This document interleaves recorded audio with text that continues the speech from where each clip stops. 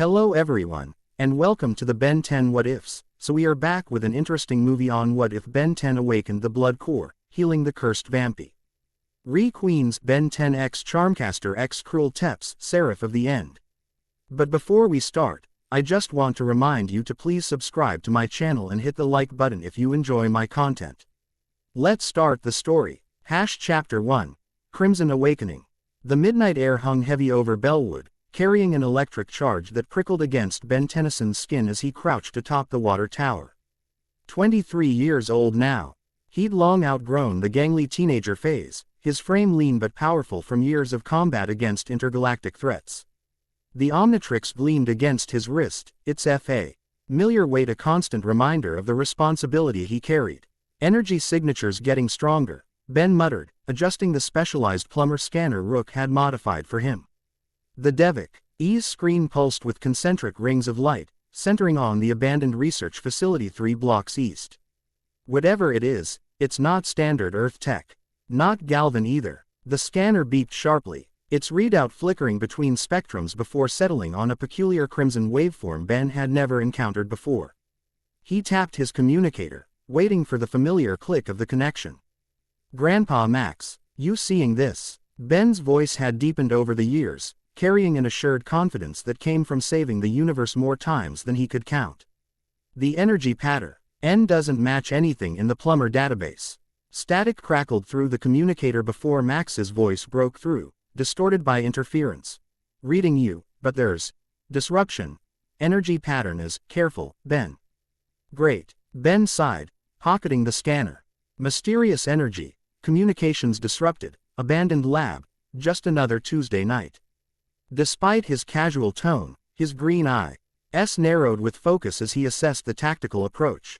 The Omnitrix hummed beneath his fingertips as he cycled through his alien roster. No point going in blind. Time for a little recon. With practiced precision, he selected XLR8, slammed down the dial, and felt the familiar rush of transformation energy. Instead of the expected blue flash, crimson light erupted from the Omnitrix, engulfing Ben in a swirling vortex that momentarily blinded him. Pain lanced up his arm, unlike anything he'd felt during a transformation before. This wasn't the smooth molecular reconfiguration he was accustomed to. This was something violating the Omnitrix's core programming. What the words died in his throat as the crimson energy constricted around him, threads of scarlet light burrowing into his skin like hungry parasites.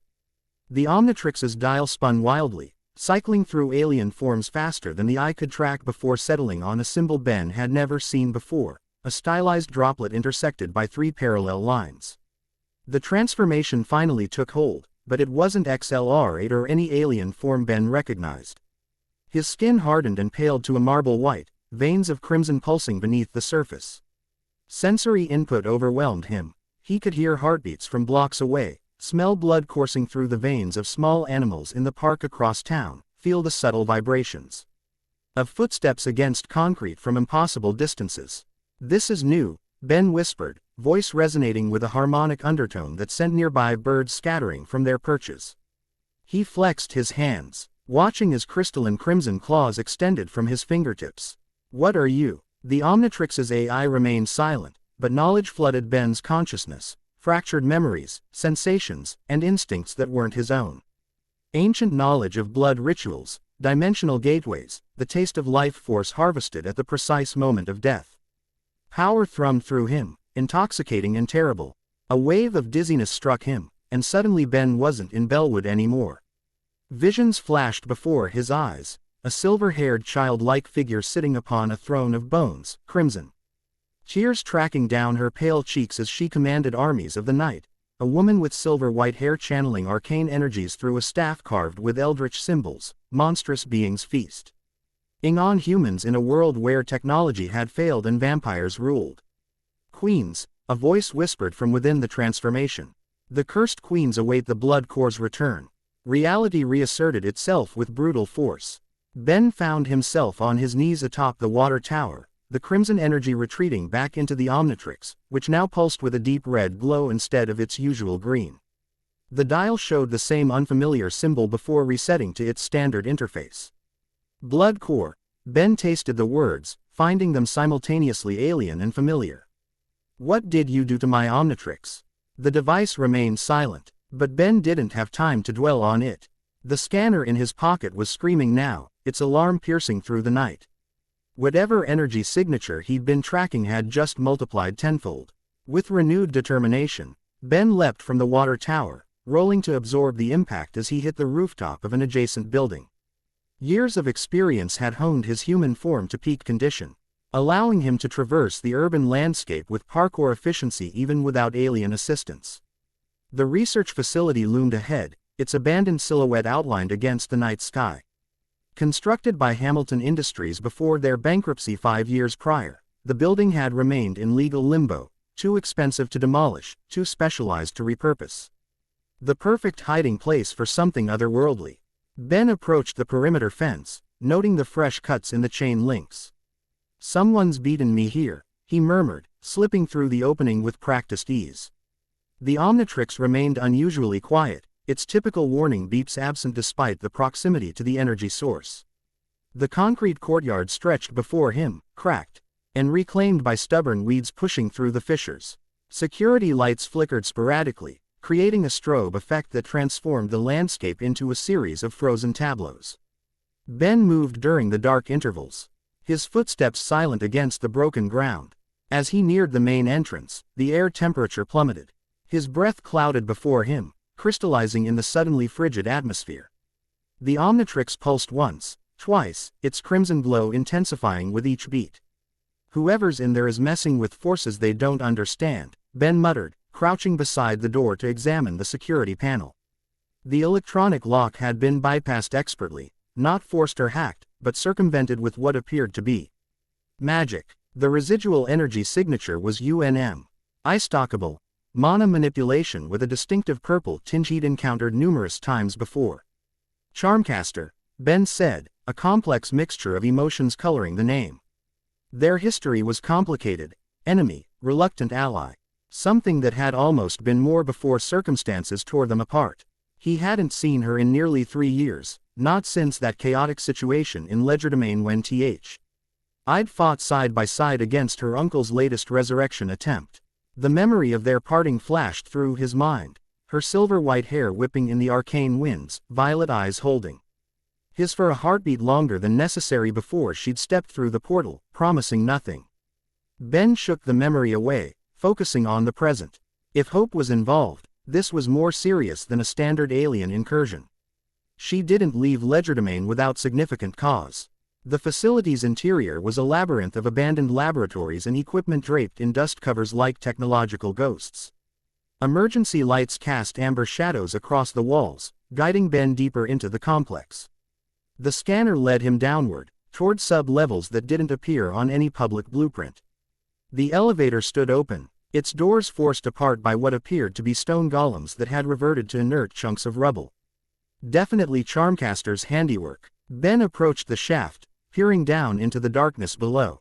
The scanner indicated the energy source was 5 levels down, deeper than the facility should have extended.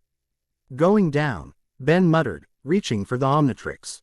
He hesitated, recalling the painful malfunction earlier. "Let's try something simple. Spider-Monkey should work for a controlled descent." This time when he pressed the dial, the device responded normally. The familiar green flash enveloping him as his DNA reconfigured into the 4-armed simian alien.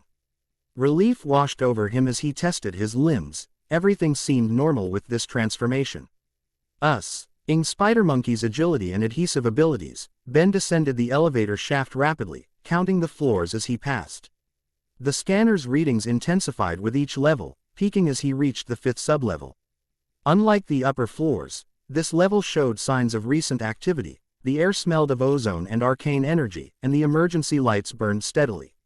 Ben transformed back to human form once he reached solid ground, proceeding cautiously down the corridor.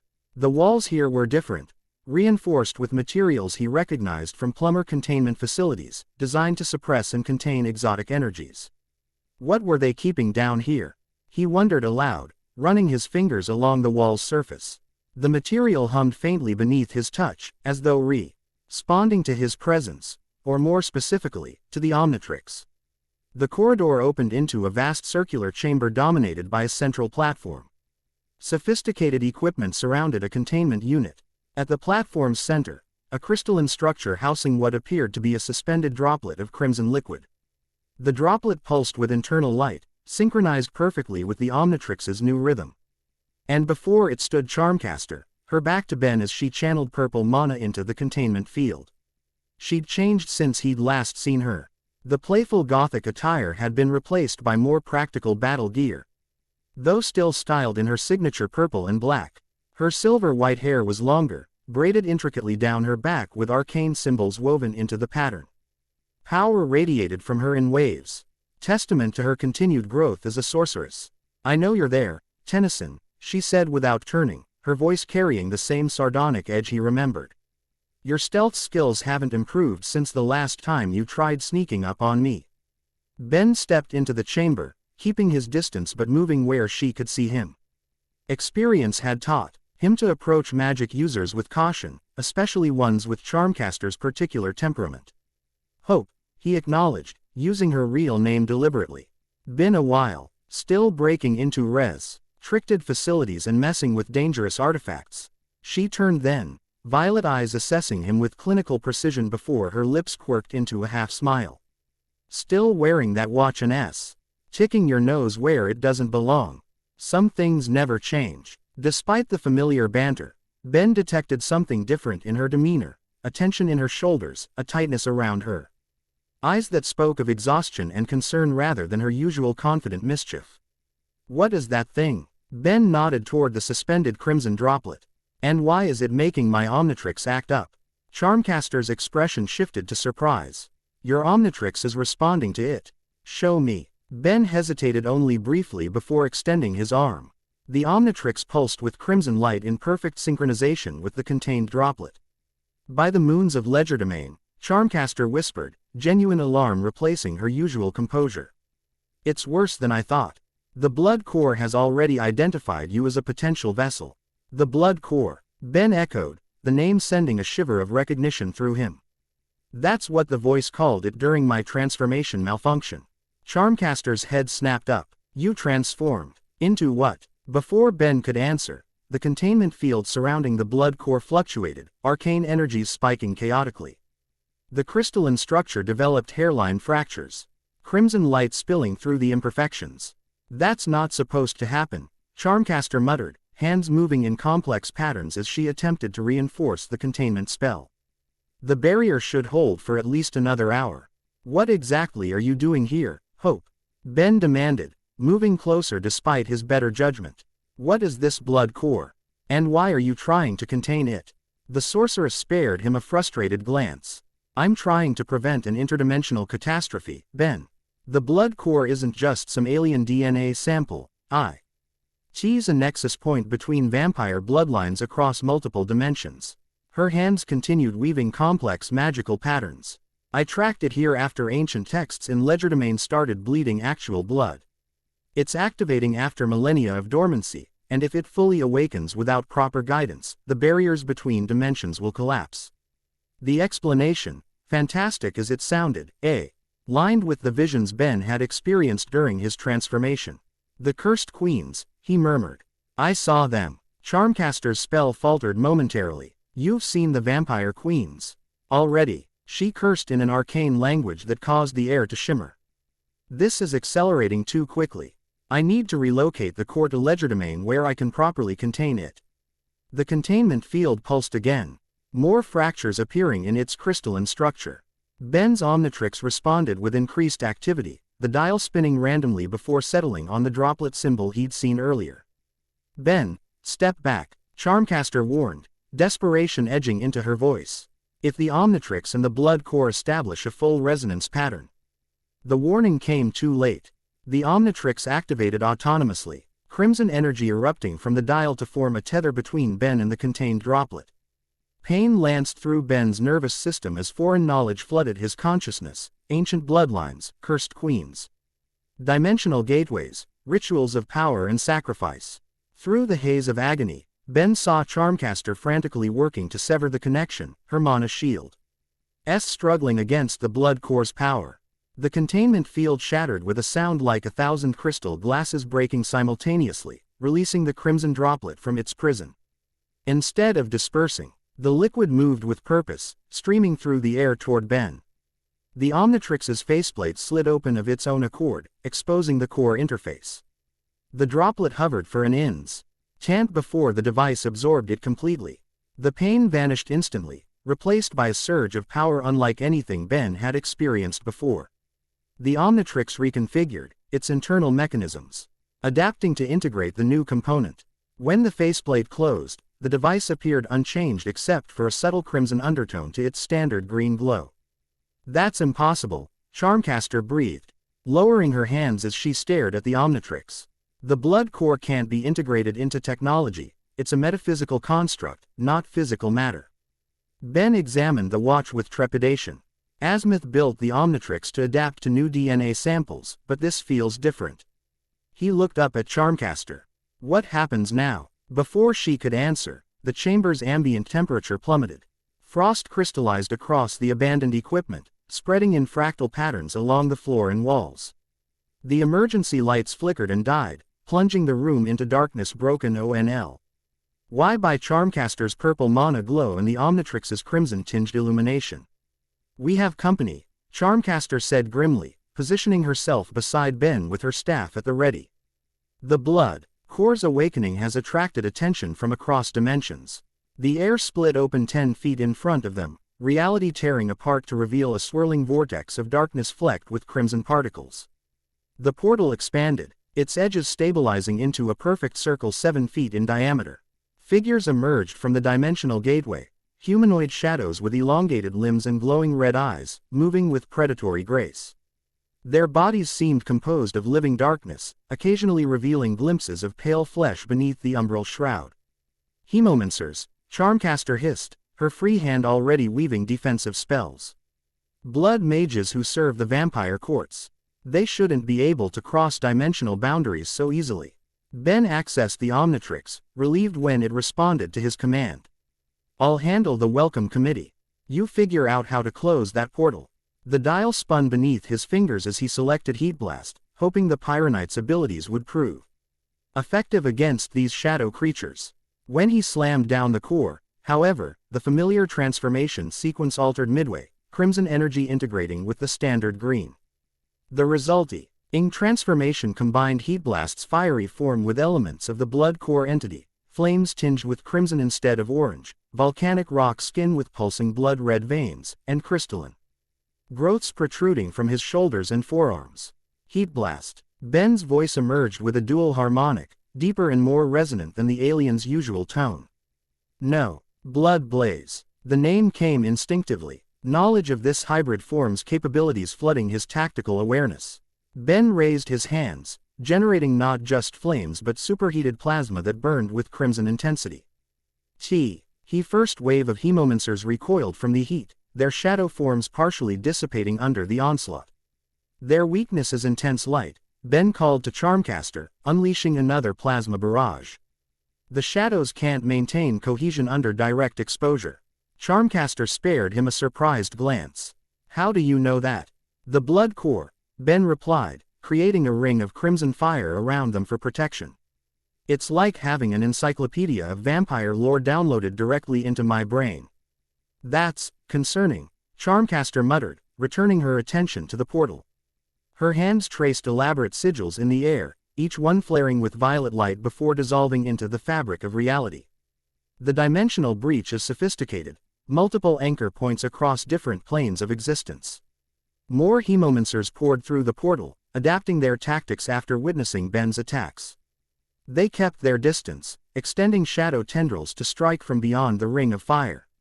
Ben responded by intensifying the flames, channeling power through the blood core connection to create heat that burned at the quantum level, disrupting the very magical NDS that held the shadow entities together.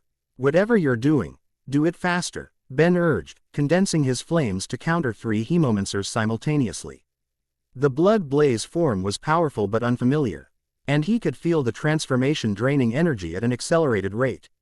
"Almost there." Charmcaster gritted through clenched teeth, sweat beading on her forehead as she manipulated increasingly complex magical formulae. I can't close it completely, but I can redirect it.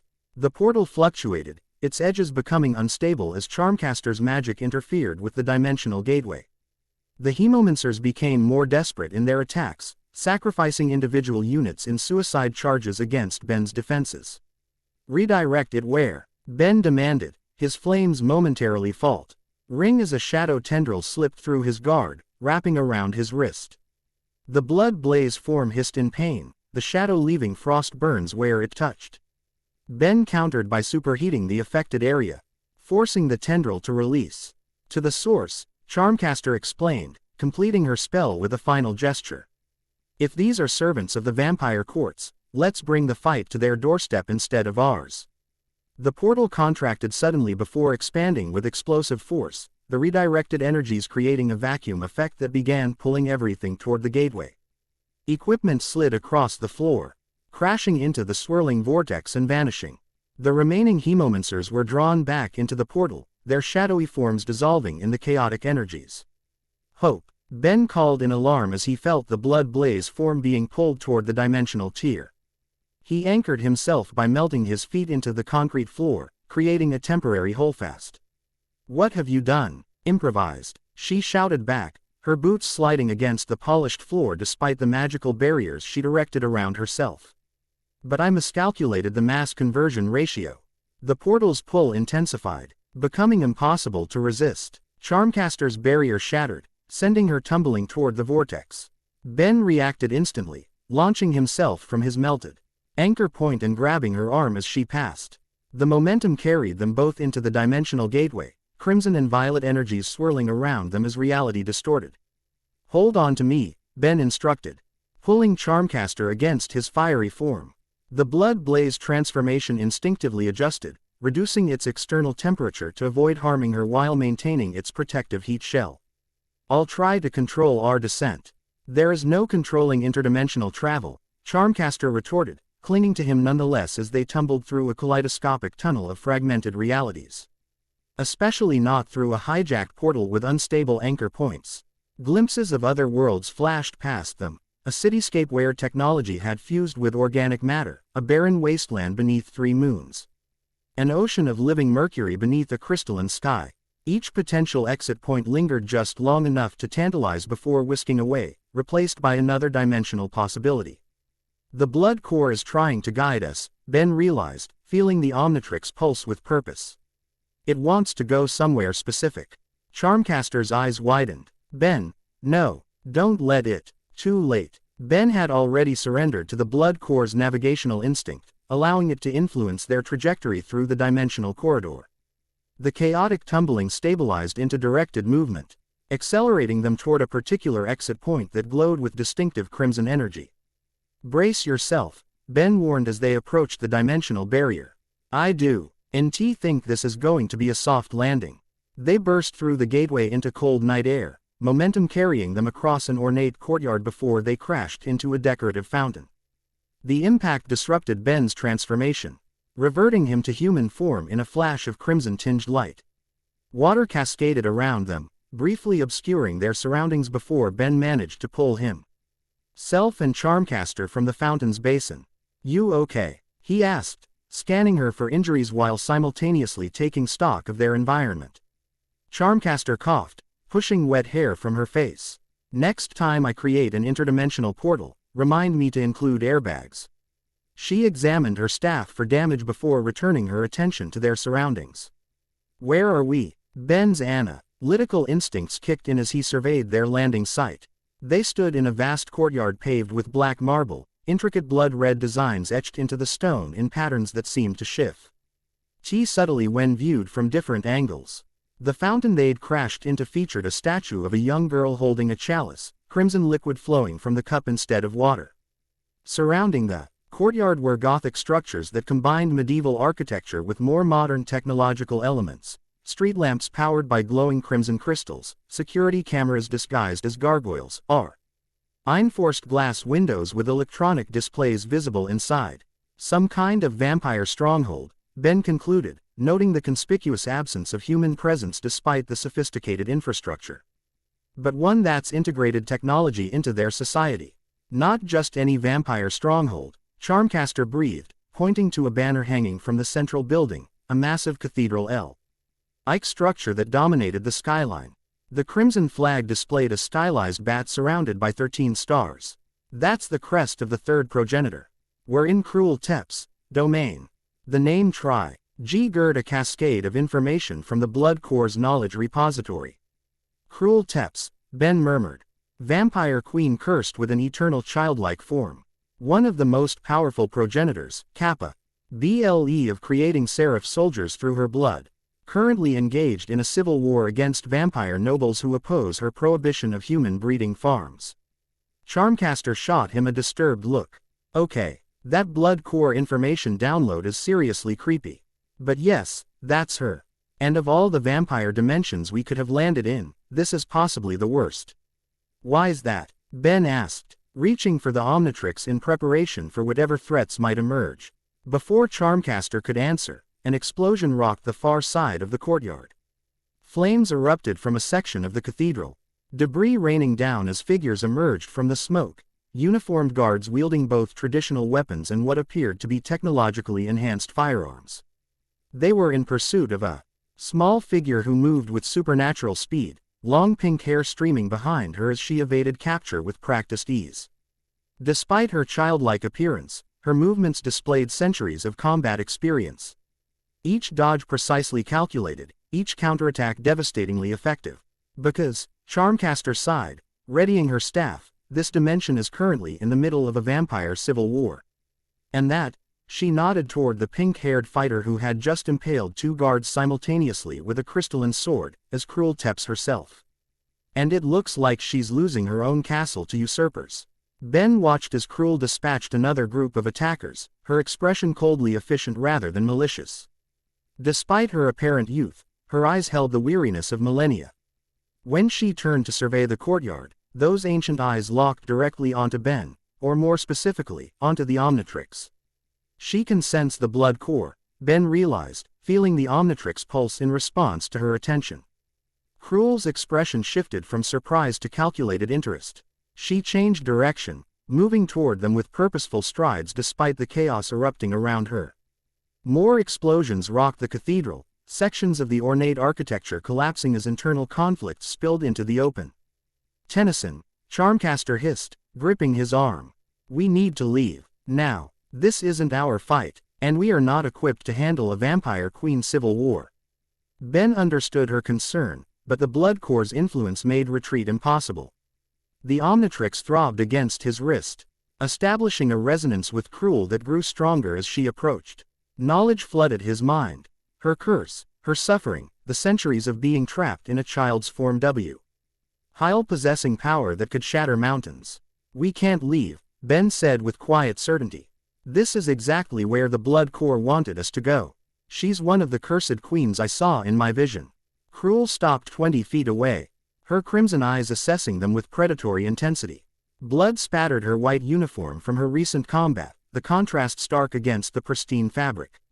When she spoke, her voice carried the weight of centuries despite its youthful timbre. The Blood Core has awakened, she stated, her attention fixed on the Omnitrix. After millennia of waiting, it chooses this moment to return, in the hands of a human, no less. Her gaze shifted to Charmcaster. And a mage from another dimension. Curious companions. Ben stepped forward, keeping his NTS non-threatening while positioning himself slightly in front of Charmcaster. My name is Ben Tennyson. This is Hope. We didn't exactly choose to come here. Krul's lips curved into a smile that held no warmth. Few choose their fate, Benjamin Tennyson. Yet here you stand, bearing the Blood Core while my kingdom burns around me. Her attention returned to the ongoing battle, where her loyal RDS were being systematically overwhelmed by the usurpers. Unfortunate timing. More explosions rocked the cathedral, larger this time. A section of the main dome collapsed inward, sending a plume of dust and debris into the night sky. Alarm flashed across Krul's features, not fear for herself, but concern for something inside the structure. The ancestral chamber, she murmured, her composure briefly cracking. They're targeting the bloodline repository. Ben recognized the strategic importance instantly, courtesy of the Blood Core's knowledge. If they destroy the repository, they sever your connection to the progenitor line. You'd lose your authority over the noble houses. Krul's eyes narrowed, reassessing him with newfound interest. You understand our ways for a human. She glanced at the ongoing assault, calculating odds with military precision. I cannot reach the chamber in time through conventional means. We can help, Ben offered, already accessing the Omnitrix. If you can guide us to this chamber, I can get us there faster than your attackers. Charmcaster grabbed his shoulder. Ben, this isn't our fight, she repeated urgently. We need to focus on getting home. And figuring out what the Blood Core is doing to the Omnitrix. Ben met her gaze steadily. The Blood Core brought us here for a reason, Hope. These hemomancers attacked us in our dimension. They're connected to what's happening here. He turned back to Krul. We help you secure this bloodline repository, and in exchange, you help us understand what's happening with the Blood Core. Deal. Krul studied him for a long moment. Centuries of political calculations visible behind her crimson eyes. Finally, she inclined her head slightly, a queen acknowledging an equal rather than a subordinate. The Omnitrix bearer bargains like a noble, she observed with grudging respect. Very well, I accept your terms. Another explosion punctuated her words, this one closer to their position. Debris rained down, forcing them to take cover behind the fountain. The ancestral chamber is beneath the central altar, Krul explained, her childlike appearance at odds with her tactical precision. 3 levels down, protected by both conventional and blood magic barriers. The usurpers are attempting to breach it from multiple access points. Ben nodded, selecting an alien from the Omnitrix's holographic display. Then we'll take the direct approach. Hope, can you shield us? Charmcaster sighed in resignation. I hate when you volunteer us for suicide missions. Nevertheless, her hands moved in practiced patterns, weaving a protective barrier around the 3 of them. This will hold against standard attacks, but I don't know how it will interact with vampire blood magic. Only one way to find out, Ben replied, slamming down the Omnitrix dial. The transformation sequence initiated, green energy once again intermingling with crimson as the Blood Core influenced the process. Ben's body morphed into Diamondhead's crystalline form, but with significant modifications. The typical green crystals now pulsed with internal crimson light, sharp crystalline protrusions extended from his joints like organic armor. And his normally faceted head featured more pronounced predatory aspects. Diamondhead. Ben's voice resonated through the crystalline structure of his body, deeper and more harmonic than the alien's usual tone. No. Blood diamond. Krul's eyes widened slightly, the first genuine surprise she displayed. Petrosapian physiology integrated with Blood Core essence. Fascinating. Ben flexed his transformed hands, sensing new capabilities beyond Diamondhead's standard powers. I can create crystalline structures with blood magic properties, he realized, information flowing from the Blood Core integration. And manipulate existing structures through resonance. That will prove useful, Krul stated, her practical nature reasserting itself. The cathedral's foundation contains blood quartz deposits. If you can establish resonance, you can create a direct path to the ancestral chamber. Ben nodded, placing his crystalline palms against the courtyard's marble surface. The blood diamond form instinctively sent out resonance pulses, seeking the quartz deposits Krul had mentioned. When he located them, he established a harmonic connection, manipulating the crystal aligned structures to create a tunnel extending downward at a sharp angle. Tunnels ready, he announced, stepping back to reveal a passage large enough for them to traverse single file. It leads directly to the lower levels, bypassing the main corridors where fighting is heaviest. Charmcaster examined the tunnel with professional interest. Blood magic integrated with crystalline manipulation. The structural integrity is impressive. She glanced at Ben. But I'm still logging this under terrible ideas we somehow survived, in my mental journal.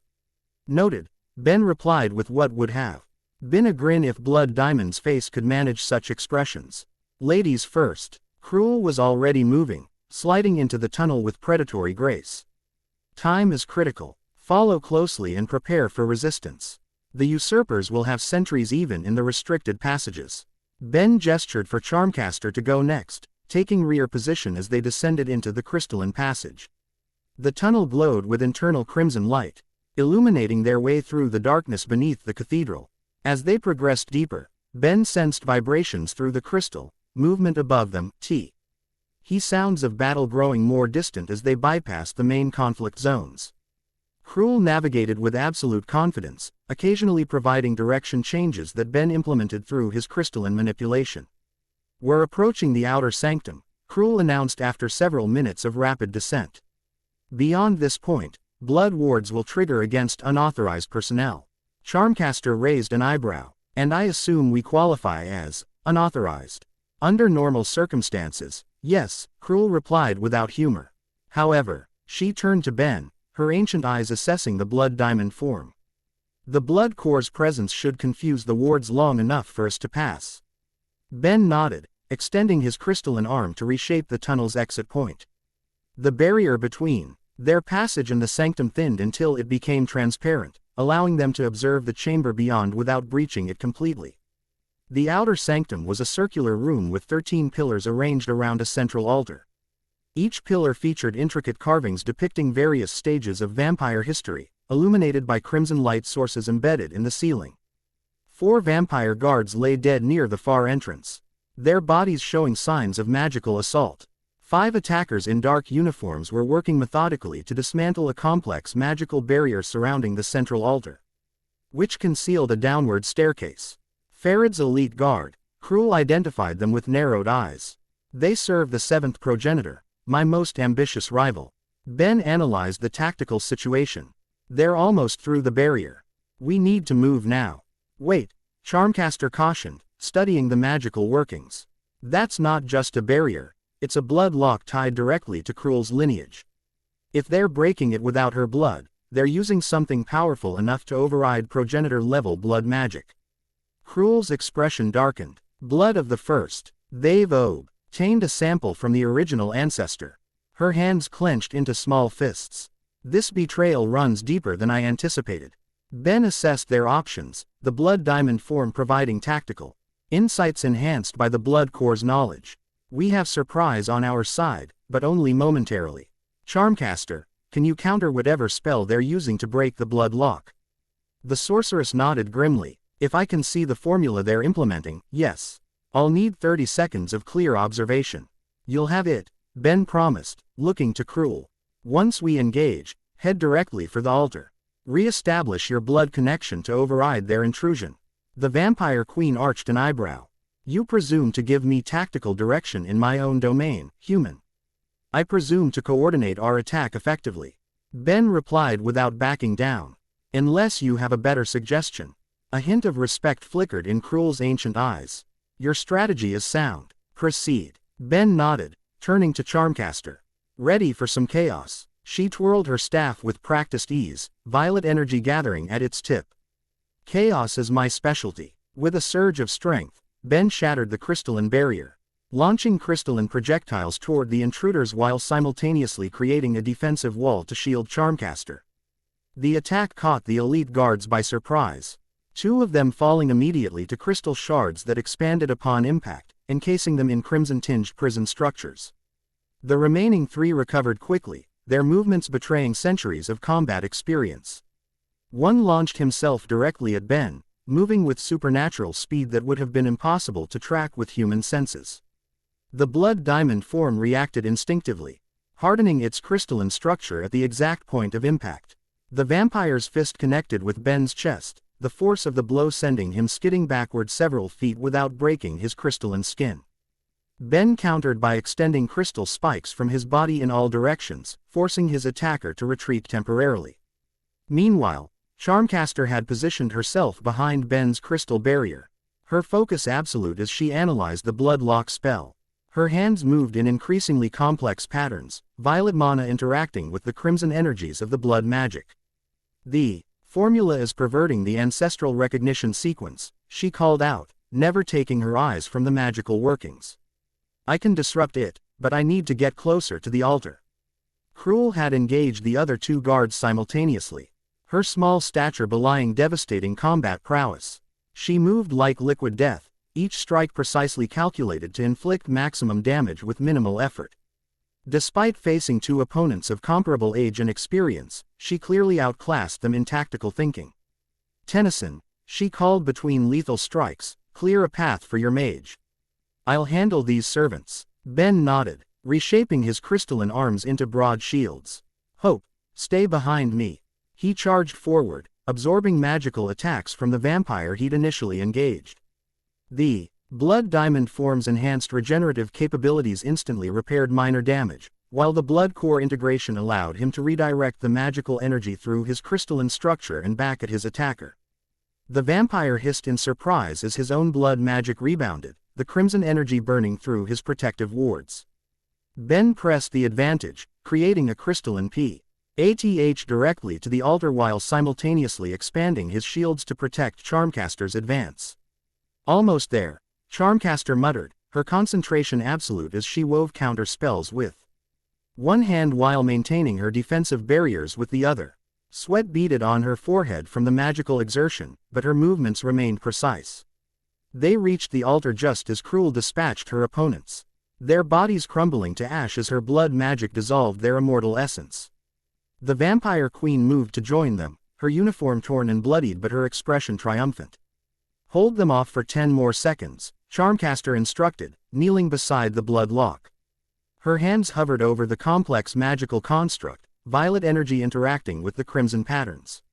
"I've almost isolated the corruption vector."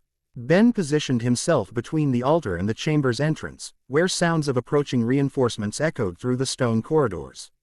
Sounds like we're about to have more company. Krul moved to his side, her small form radiating deadly purpose. "My loyal guards should be regrouping by now. If we can hold this position for 3 minutes, reinforcements will arrive." 3 minutes is a long time in a fight, Ben observed, reshaping his crystalline form for maximum defensive capability. Crystal barricades erupted from the floor, creating a layered defense system with strategic gaps that would funnel attackers into predetermined kill zones. "For humans, perhaps," Krul replied with the faintest hint of amusement. "For those who have fought for centuries, it is but a moment." The first wave of attackers appeared at the chamber entrance, more elite guards backed by what appeared to be combat mages wielding blood-infused weaponry. They assessed the defensive setup with professional detachment before initiating a coordinated assault. "Done," Charmcaster announced from behind them. "The corruption is neutralized, but they've damaged the original blood lock. Krul needs to re-establish the progenitor connection immediately." Krul nodded, turning toward the altar. "Cover me. This will take precisely 47 seconds." Ben braced himself as the attack began in earnest.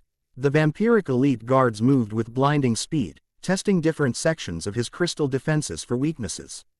Their blood mages remained in the rear, channeling destructive spells designed to shatter crystalline structures at the molecular level.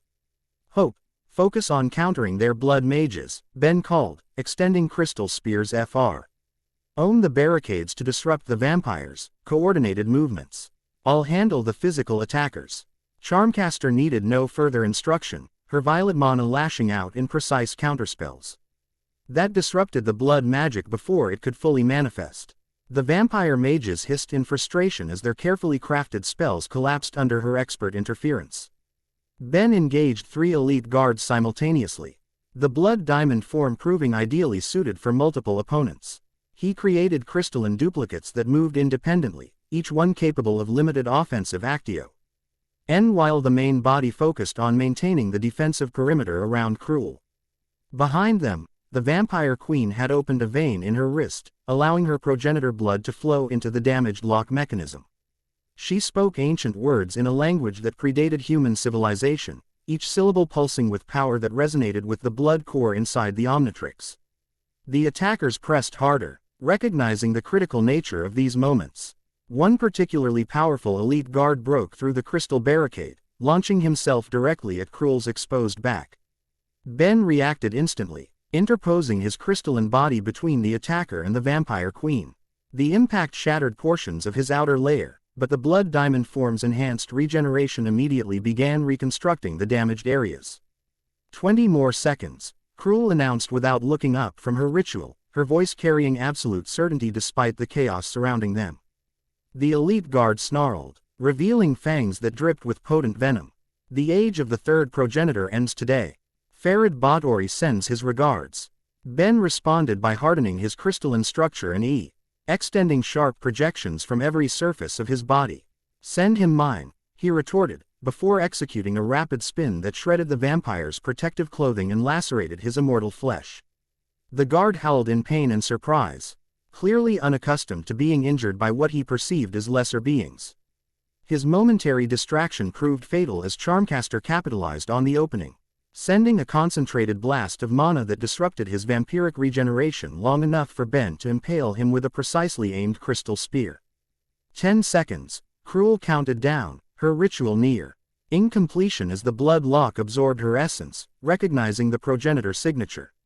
The remaining attackers launched a desperate final assault, sacrificing tactical advantage for raw offensive power. Ben and Charmcaster worked in perfect synchronization, her magic amplifying his crystalline constructs to create a defensive system that adapted to each new threat. 5, 4. Krul's voice rose above the battle sounds, the ancient language resonating with power that made the very air vibrate. 3, 2, 1. The blood lock flared with blinding crimson light, the ancestor. Al magic recognizing its rightful mistress. The floor beneath the altar shifted, revealing a spiral staircase descending into darkness. Simultaneously, the chamber's defensive systems activated, Dorman. Chi runes along the walls and ceiling illuminating with progenitor magic that targeted any unauthorized presence. The remaining attackers found themselves assaulted by the chamber itself, ancestral Vam. Higher magic tearing through their defenses with brutal efficiency. They retreated in disarray, their carefully planned assault collapsing in the face of the sanctum's awakened protections. The ancestral chamber is secure, Krul announced, rising from her ritual posture with regal composure despite the blood staining her uniform. Your assistance was adequate. Ben reverted to human form as the immediate threat subsided, the Omnitrix timing out with a flash of crimson-tinged light.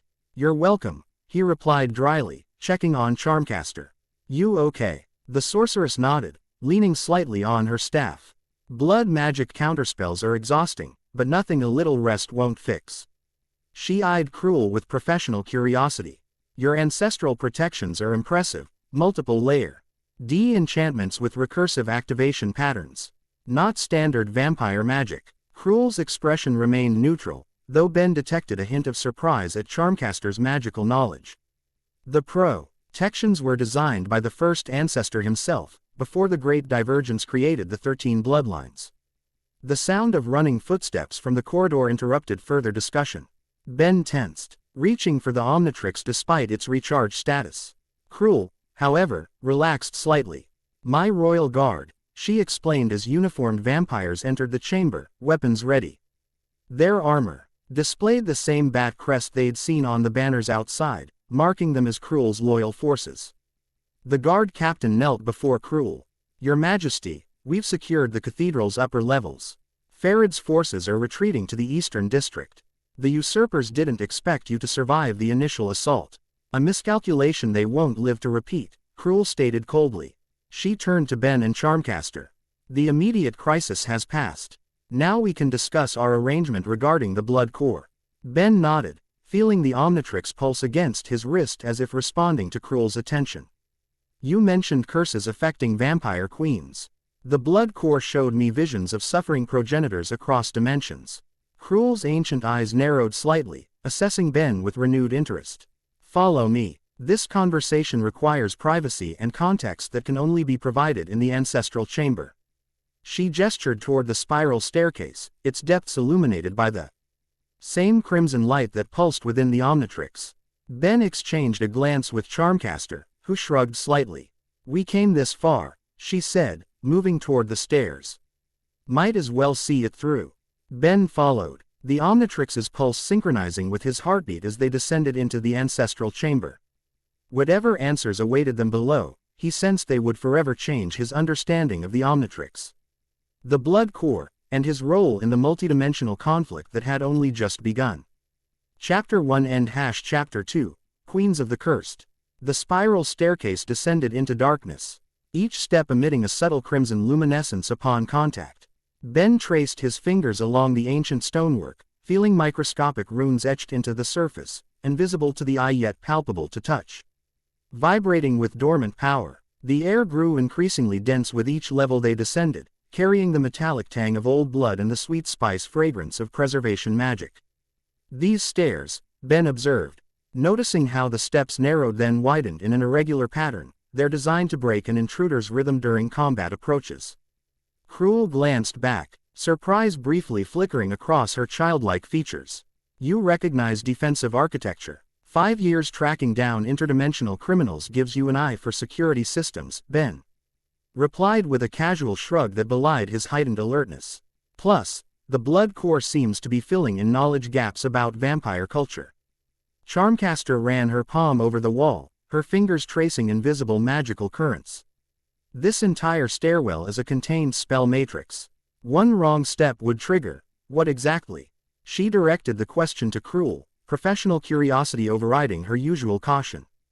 Total molecular destabilization, Krul answered without breaking stride, her pink hair floating unnaturally in the absence of any breeze. The intruder would experience D.'s solution on the quantum level, conscious throughout the entire 3-minute process. Charming, Charmcaster muttered, withdrawing her hand with newfound respect for the structure. The staircase remainated in a circular antechamber carved from obsidian so pure it reflected their images with mirror-like clarity. 13 doorways ringed the perimeter, each identical except for subtle variations in the runic patterns adorning their archways. Krul approached the third doorway from the right, pressing her palm against its center. The 13 bloodlines, Ben stated, recognition flowing from the blood core's knowledge repository. Each doorway leads to a separate ancestral record. Krul's eyes narrowed fractionally. Your understanding of our ways is unsettling for a human. Trust me, it's just as weird from my perspective, Ben assured her as the doorway recognized Krul's blood signature, the solid stone dissolving to reveal a chamber beyond. The ancestral chamber defied conventional architectural expectations. Though they had descended deep beneath the cathedral, the space opened into what appeared to be an endless twilight landscape, a vast crimson sky stretching above a black obsidian plain that extended to the horizon. Floating crystalline structures hung suspended throughout this impossible space, each containing swirling crimson liquid that formed and reformed into images. Scenes from ancient history preserved in blood memory. Dimensional folding, Charmcaster breathed, her analytical mind immediately grasping the magical principles at work. You've created a pocket dimension within mundane space. Quote, not created, Krul corrected, leading them onto the obsidian plane. Inherited. The first ancestor established these chambers when the 13 bloodlines diverged. Each progenitor maintains their own ancestral record. Ben's attention was drawn to a massive crystalline structure at the center of the plane, a perfect cube 20 feet on each side, suspended 10 feet above the ground. Unlike the smaller memory crystals, this central repository pulsed with power that resonated directly with the Omnitrix, causing it to emit answering crimson flashes.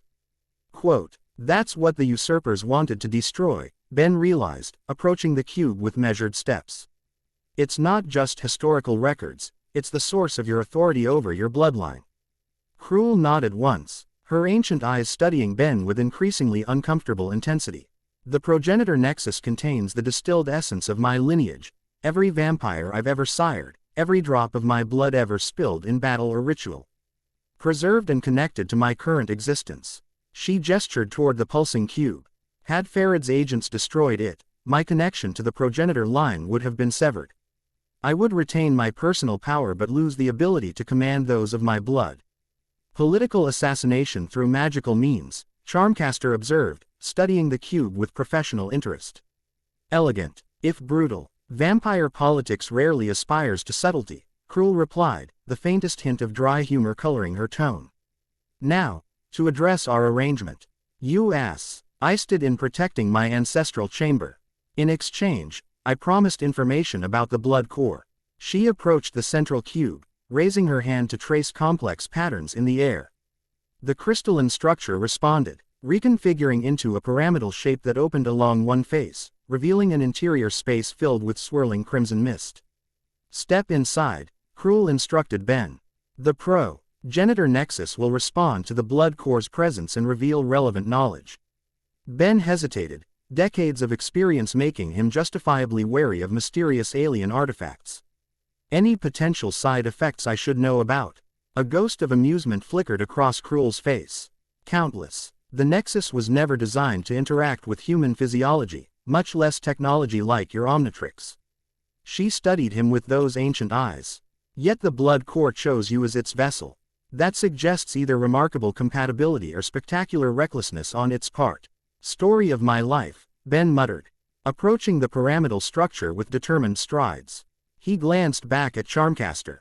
Keep an eye on things out here. The sorceress nodded, adjusting her grip on her staff. I'll maintain a communication spell.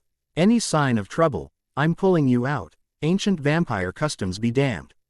Krul arched a single elegant eyebrow but offered no objection to this plan. Ben stepped into the swirling crimson mist, immediately feeling the atmosphere change around him. The Omnitrix pulsed rapidly against his wrist, its faceplate sliding open of its own accord to expose the core interface. The mist coalesced, forming tendrils that connected with the exposed Omnitrix, establishing a direct link to the blood core component. Images cascaded through Ben's consciousness, fragments of ancient history from before human civilization, when the first vampire walked the earth. He saw the original progenitor, a being of such power and beauty that looking upon them directly was almost painful. He witnessed the Great Divergence, when 13 chosen disciples received the progenitor's blood, each developing distinct abilities and weaknesses that would define their bloodlines. And he saw the curse. Centuries after the Divergence, a coalition of human mages, fearful of vampire dominance, enacted a ritual of staggering complexity and cruelty. Unable to destroy the progenitors directly, they instead created metaphysical shackles that manifested differently for each bloodline. Some, like Krul, were trapped in bodies that would never mature. Others suffered perpetual hunger that no amount of blood could satisfy. Still others experienced emotional emptiness, sensory deprivation, or constant physical pain. The blood core had been created in response, a metaphysical construct ignited to eventually break these curses by reconnecting the 13 bloodlines to their original unified state. But before it could be fully implemented, interdimensional rifts tore the vampire world apart, creating separate realities where different bloodlines evolved along divergent paths. The mist pulled back, the information download complete. Ben found himself facing a spectral image of Krul, not the childlike form he'd met above, but her true form as she would have appeared had the curse never taken hold. Tall and regal, with the same pink hair but a mature woman's bearing, this phantom. Krul regarded him with expressions cycling between hope and suspicion. Now you understand, the phantom stated, her voice resonating on multiple frequencies simultaneously. The blood core was meant to be our salvation, not a weapon for your kind. I didn't exactly volunteer for this, Ben pointed out, maintaining his composure despite the disorienting experience. The blood core chose me when it integrated with the Omnitrix. The phantom studied him with unsettling intensity. A technological marvel capable of genetic manipulation, wielded by a human with unusually adaptable DNA and significant combat experience. Her expression shifted toward grudging acceptance. Perhaps not as random as it initially appeared. What exactly does the blood core want from me? Ben asked, cutting to the heart of the matter. Healing. The phantom replied simply. The curses can be broken, but only by reconnecting the 13 bloodlines across all dimensions where they now exist. The blood core must interface with each progenitor nexus, creating a momentary state of unification. Her spectral form rippled with something approaching emotion. For 13 centuries, we have waited for this possibility. Ben processed this information with the strategic thinking that had kept him alive through countless alien confrontations. So I'm supposed to travel across dimensions, finding each vampire queen, and somehow use the blood core to heal them. In essence, yes, the phantom confirmed. Though the process will require significant preparation and power. Each healing ritual depletes the blood core temporarily, requiring time to regenerate between uses. And what happens to me during these rituals? Ben pressed, years of experience making him wary of entities requesting his assistance without full disclosure. The phantom's expression remained unreadable. Unknown. No human has ever interfaced with the blood core before. The process could strengthen your connection, grant you new abilities. She paused meaningfully, or it could consume you entirely. Of course it could. Ben sighed, running a hand through his hair. One more question. Who are the Hemomancers, and why did they attack us in my dimension? The phantom's form darkened, crimson energy roiling through her spectral outline. Traitors to all bloodlines. Once they were sacred guardians of vampire knowledge. But they grew to believe that the progenitors had become weak, unworthy of their power. Her voice lowered to a hiss. They seek to harvest the blood core's energy, not to heal but to control, to make themselves the new progenitors by force rather than divine selection. The mist began to dissipate, the connection weakening. Our time grows short, the phantom stated. The real Krul awaits you outside. Remember, bearer of the blood core, you have been granted knowledge few humans have ever possessed. What you choose to do with it will determine the fate of 13 bloodlines across countless dimensions. With those words, the phantom vanished completely, and the pyramidal structure reconfigured itself back into a cube. Ben found himself standing once again on the obsidian plane, the Omnit. Rick's sealing itself as the connection terminated. Charmcaster and Krul watched him emerge, their expressions revealing different forms of concern. You were in there for nearly an hour, Charmcaster informed him. Relief evident in her voice.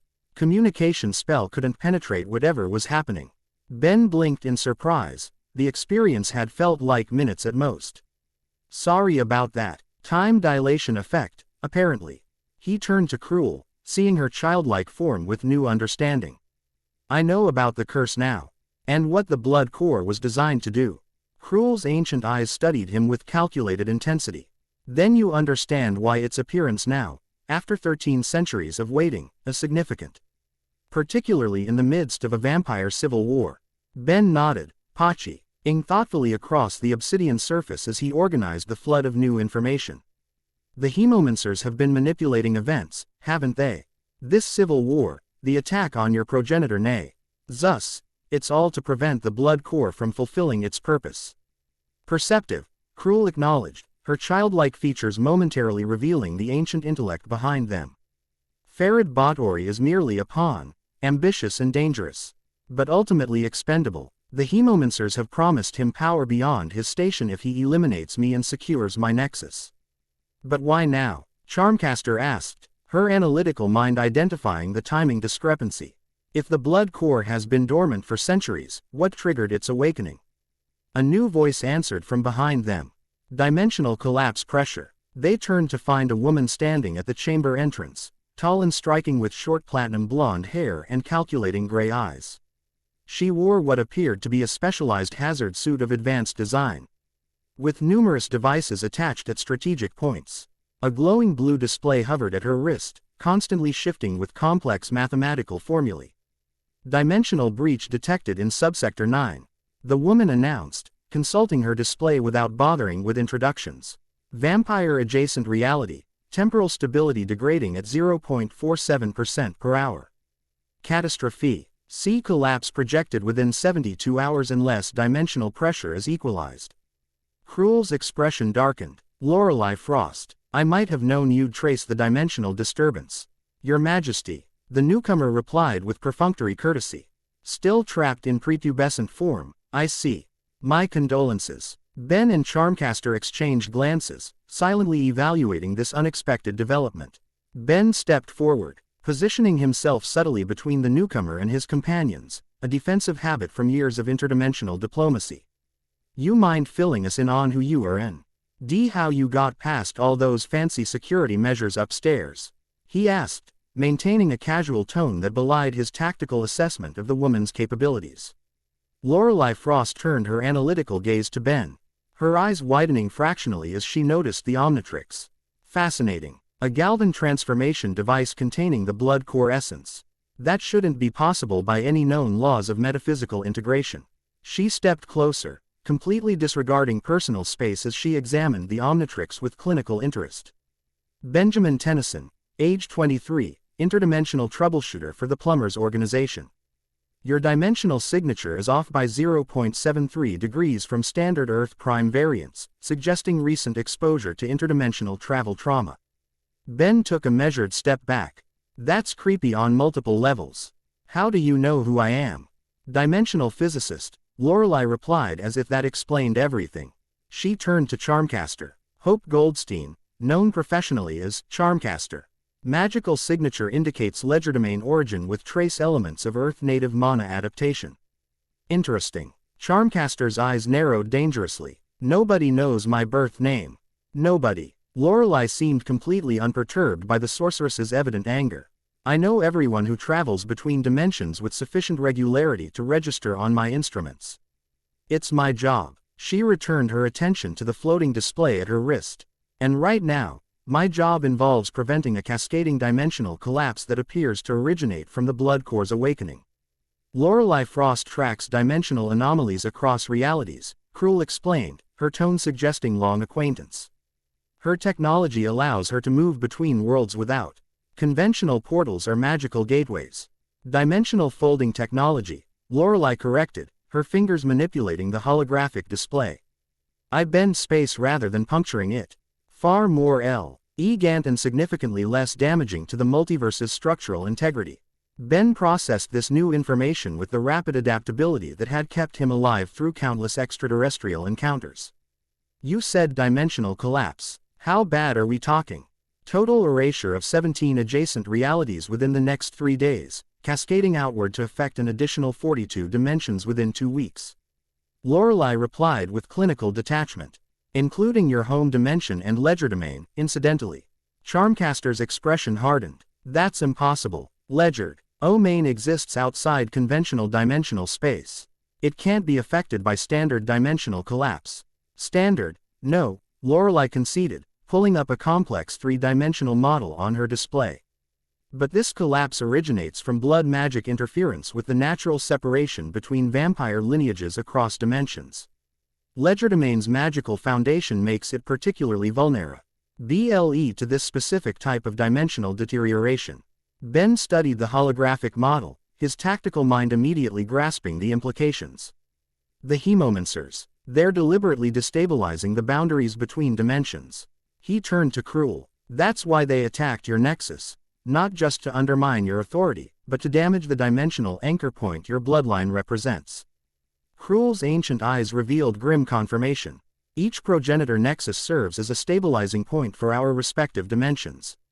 By attacking multiple nexus points simultaneously across different realities, the hemomancers create dimensional fractures through which they can harvest blood core energy. But why? Charmcaster demanded. What could possibly be worth risking multidimensional collapse? Power. Lorelei stated simply. Blood core energy represents the purest form of interdimensional power in existence. 1 drop could fuel my dimensional folding technology for a century. Imagine what gallons could accomplish in the hands of beings already versed in blood magic. Ben's mind raced through strategic possibilities, years of experience allowing him to rapidly assess and discard options. We need to stabilize the dimensions first, then deal with the hemomancers. Dr. Frost, can your technology temporarily reinforce the boundaries between affected dimensions? Lorelei arched an eyebrow, apparently surprised by the question's technical specificity. Theoretically, yes, I've developed prototype dimensional stabilizers that could delay collapse by approximately 48 hours. However, without addressing the root cause, the damage to the progenitor nexus points, it would merely postpone the inevitable. We don't need to solve everything at once, Ben replied, the tactical approach crystallizing in his mind. We just need to buy enough time to understand how the blood core works and how to use it to repair the damage. He turned to Krul. The blood core was designed to heal the progenitor curses by reconnecting the bloodlines across dimensions. If we initiate that process, would it naturally stabilize the dimensional boundaries as a side effect? Krul studied him with newfound respect. Potentially, yes. The healing ritual requires dimensional harmonization, which would counteract the instability the hemomancers have created. Her expression darkened. However, the ritual requires both significant power and precise implementation. One mistake could accelerate the collapse rather than prevent it. That's where I come in, Lorelei interjected, her fingers manipulating the holographic display with practiced efficiency. My stabilizers can create a controlled environment for the initial healing attempt, reducing the risk of catastrophic feedback. Charmcaster had been unusually quiet. Her brow furrowed in concentration as she processed the complex magical and dimensional theories being discussed. Now she stepped forward, staff planted firmly on the obsidian surface. "There's something none of you are addressing," she stated, her voice cutting through the tactical planning. "Ben isn't just a convenient vessel for the blood core. He's a person with his own life and choices." She turned to him, violet eyes reflecting genuine concern beneath her typically guarded expression. "This isn't your fight, Ben. These vampire politics and dimensional crises, you didn't ask for any of this." The chamber fell silent as all eyes turned to Ben. He felt the weight of the Omnitrix against his wrist, a familiar burden that had shaped his life since childhood. Once again, fate had placed him at the center of a crisis that threatened countless lives across multiple dimensions. Ben met Charmcaster's gaze steadily. "When has that ever stopped me before?" he asked quietly, a hint of his old cockiness surfacing through the years of hard-won maturity. "Besides, the Hemomancers attacked our dimension first. That made it my business."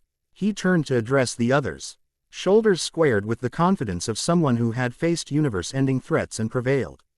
"I'm not promising to fix everything, and I'm definitely not signing up to be some vampire messiah. But I'll help stabilize the dimensions and deal with the immediate Hemomancer threat." He held up the Omnitrix, its faceplate pulsing with crimson light. "After that, we figure out a permanent solution for this blood core situation." Krul nodded once, the gesture carrying the weight of royal approval. "Acceptable terms. We begin with stabilizing my nexus, which will provide a template for addressing the others. I need to collect baseline readings from the blood core while it's inactive," Lorelei stated, already adjusting her equipment. "Then comparative data during an activation sequence to establish operational parameters." Translation: "She wants to see you transform," Charmcaster muttered to Ben. "I figured that out, thanks," Ben replied dryly, before addressing Lorelei. "The blood core transformations are unpredictable. They modify my standard alien forms in ways I can't fully control yet." Lorelei's eyes lit with scientific fascination. "Even better. UNP. Predictable interdimensional energy manifestations provide much more useful data than controlled expressions." Krul approached the central nexus, placing her palm against its crystalline surface. "The progenitor nexus can facilitate a controlled blood core activation. It will create a resonance field that stabilizes the transformation process." Ben looked to Charmcaster, who shrugged slightly. "From a magical perspective, it makes sense. The nexus is already designed to interface with blood magic." "All right," Ben decided, stepping toward the nexus. "But everyone stays back. If something goes wrong, I don't want anyone else affected." Lorelei immediately began setting up monitoring equipment, placing sensor nodes in a precise pattern around the area. Charmcaster established her own magical observation circle, violet runes glowing against the obsidian surface. Krul stood at the nexus controls, her childlike hands moving with the precision of centuries of experience. "Ready when you are, Tennyson," Krul announced, the nexus reconfiguring into a hollow spherical structure that hummed with potential energy. Ben took a deep breath, centering himself as he had countless times before high-risk transformations. He activated the Omnitrix, cycling through the available roster until he found an appropriate form for the test. "Let's try something resilient," he muttered, selecting Mondhead, the form that had successfully integrated with the blood core during their earlier battle. The transformation began normally, green energy cascading over his human form as molecular reconfiguration initiated. Halfway through the process, the nexus pulsed with crimson light that synchronized with the Omnitrix's energy field. The standard green shifted to deep crimson as the blood core component activated, influencing the transformation process. Pain lanced through Ben's nervous system, not the normal sensation of transformation but something deeper, as if his very genetic code was being rewritten beyond the standard parameters. His consciousness expanded, awareness extending beyond physical form to perceive the dimensional currents flowing through the chamber. The transformation completed, leaving him in the blood diamond form they had witnessed earlier, crystalline body pulsing with internal crimson light, faceted surfaces reflecting the chamber's illumination in hypnotic patterns. "Fascinating," Lorelei breathed, her instruments recording massive data streams. "The blood core isn't just modifying the Petrosapian DNA, it's integrating vampiric metaphysical properties into the transformation matrix." Charmcaster's magical senses perceived different aspects of the transformation. It's creating a hybrid state between technological transformation and blood magic, she observed. Violet energy flowing between her fingertips as she analyzed the process. Ben's consciousness remains dominant, but the blood core is contributing instinctual knowledge and capabilities. Krul's reaction was more visceral. She approached Ben's transformed state with uncharacteristic hesitation, her ancient eyes wide with something approaching reverence. "The blood core lives," she whispered, one small hand reaching toward but not quite touching his crystalline surface. After 13 centuries of waiting, Ben examined his transformed state, flexing crystalline limbs that hummed with unfamiliar power. "It feels different from regular Diamond Head," he observed, his voice resonating through the crystalline structure with harmonic undertones.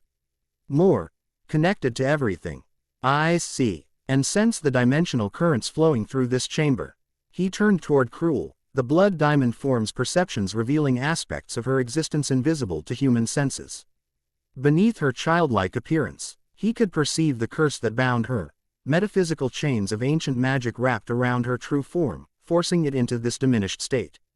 "I can see it," he realized, studying the magical construct with newfound understanding. "The curse that binds you. It's like a complex knot in reality itself." Krul's expression betrayed genuine surprise. "You can perceive the curse directly. That should be impossible for any being not of the original progenitor's blood." "The blood core is granting him perceptual access across dimensional barriers," Lorelei theorized, adjusting her instruments to capture new readings. "Remarkable. The applications for dimensional research alone are." "This isn't about research," Charmcaster interrupted sharply. "Ben, are you okay? Why? Our vital signatures are fluctuating beyond normal transformation parameters." Ben appreciated her concern, recognizing the strain beneath his momentary exhilaration. The blood diamond form was consuming energy at an accelerated rate, drawing not just from the Omnitrix but from his own life force to maintain this heightened state of awareness. "I'm managing," he assured her, even as he felt the drain increasing. "But I don't think I can hold this form for long." Krul studied him with calculating intensity. "The blood core seeks to fulfill its purpose. It senses my curse and wants to heal it." Her expression revealed centuries of careful control. "Would you attempt it, here, now, with the Nexus to stabilize the process?"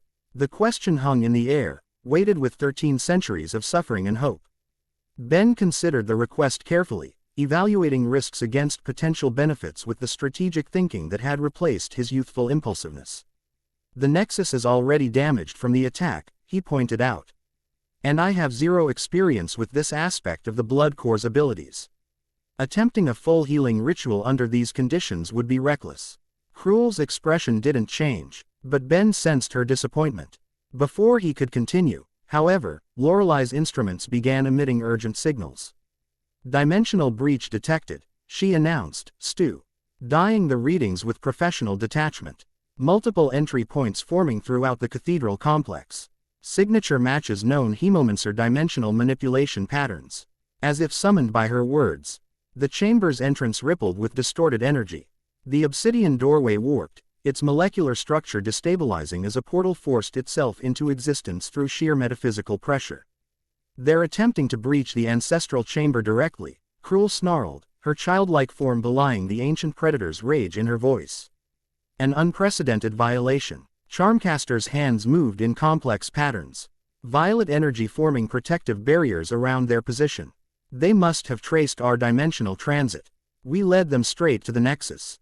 Ben made a rapid tactical assessment.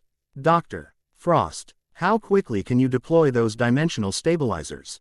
Lorelei was already retrieving devices from various compartments in her suit. 3 minutes to configure, 30 seconds to activate. I need clear positional placement at equidistant points around the Nexus.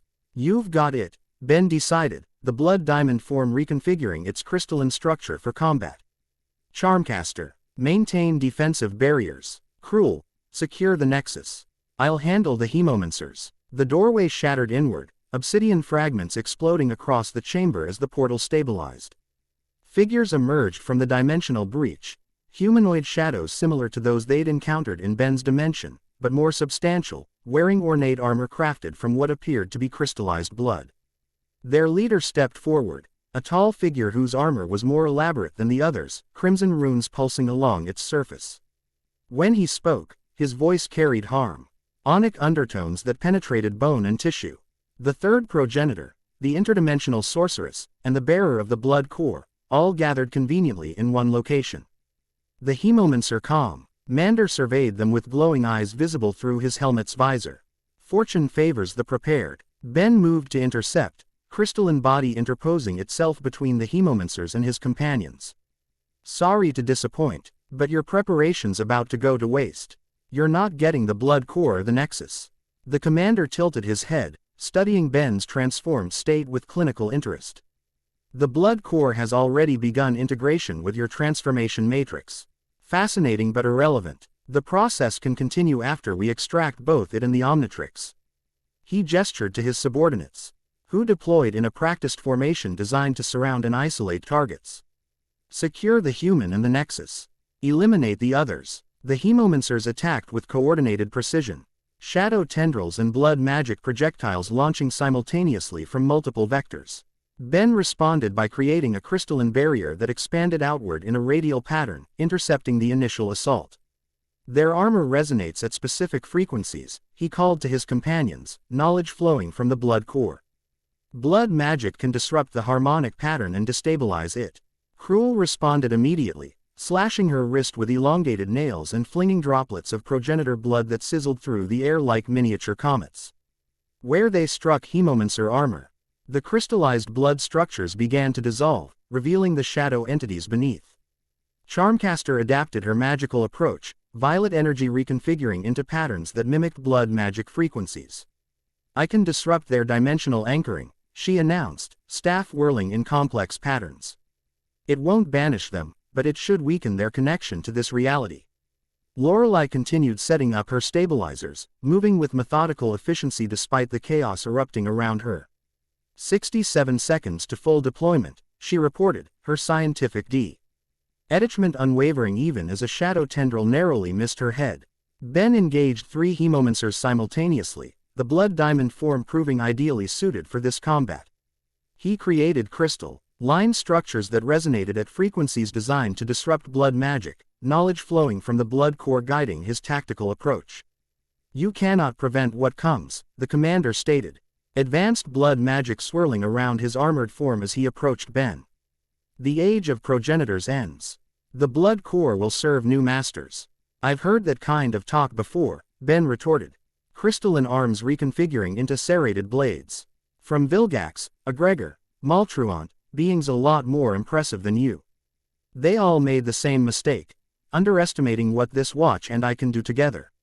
The commander launched a concentrated blood magic assault, crimson energy that twisted and coiled like living serpents, seeking any weakness in Ben's defenses. The blood diamond form responded instinctively, crystalline structure vibrating at precisely the right frequency to disrupt the magical construct. Across the chamber, Krul fought with the lethal efficiency of a being who had survived 13 centuries of assassination attempts. Despite her childlike appearance, each movement displayed devastating precision, targeting vital points in the Hemomancer's armor with unerring accuracy. Charmcaster and Lorelei had established a mutually beneficial arrangement, the sorceress maintaining defensive barriers while the scientist completed her stabilizer deployment. Violet energy flowed in complex patterns, redirecting and absorbing attacks that would otherwise have interrupted the crucial technical setup. 30 seconds to activation, Lorelei announced, connecting the final stabilizer to her control system. The commander sensed the shifting tactical situation, adjusting his strategy accordingly. Dimensional collapse protocols, he ordered his subordinates. Target the Nexus directly. 4 Hemomancers broke from the main battle, converging on the progenitor Nexus with single-minded purpose. They produced crystalline devices from their armor, positioning them in a specific geometric pattern around the Nexus. Destabilizers. Krul shouted in alarm, recognizing the devices. They'll shatter the dimensional anchoring point. Ben immediately disengaged from the commander, launching himself toward the Nexus. The blood diamond form propelled crystalline projectiles that intercepted 2 of the Hemomancers, encasing them in rapidly expanding crystal prisons. The remaining 2 managed to activate their devices before Ben could reach them. The effect was immediate and catastrophic. The nexus pulsed with discordant energy, its perfect crystalline structure. Developing fractures that spread with alarming speed. The dimensional stability of the entire chamber fluctuated, gravity shifting unpredictably as reality itself protested the damage. The destabilizers have initiated a cascade failure in the dimensional anchor point, Lorelei reported, her instruments displaying critical warning indicators. Complete collapse in approximately 3 minutes. Ben reached the nexus, instinctively placing his crystalline hands against its fractured surface. The blood core responded to the proximity, crimson energy flowing from the Omnitrix symbol on his chest into the damaged structure. "What are you doing?" Krul demanded, dispatching another hemomancer before joining him at the nexus. "I don't know," Ben admitted, following instincts flowing from the blood core. "It's trying to stabilize the fractures." The commander observed this development with evident alarm. "Prevent the integration at all costs," he ordered, redirecting all hemomancer forces toward Ben's position. Charmcaster intercepted the renewed assault, her magic expanded to its limits as she created a defensive perimeter around Ben and the nexus. "Whatever you're doing, do it faster," she urged, sweat beading on her forehead from the magical exertion. The connection between Ben and the nexus deepened, blood core energy flowing freely between them. Ben felt his consciousness expanding beyond the physical, perceiving the complex dimensional geometries that anchored the nexus to this reality. The destabilizers had introduced harmonic disruptions into these patterns, creating expanding fractures in the dimensional fabric. Knowledge flowed into him, not just intellectual understanding but deep, instinctual recognition of how to address the damage. The blood diamond form began generating crystalline structures that resonated at precise frequencies, counteracting the destabilizer's effects. "It's working," Lorelei observed, her instruments recording the process. "He's neutralizing the harmonic disruption."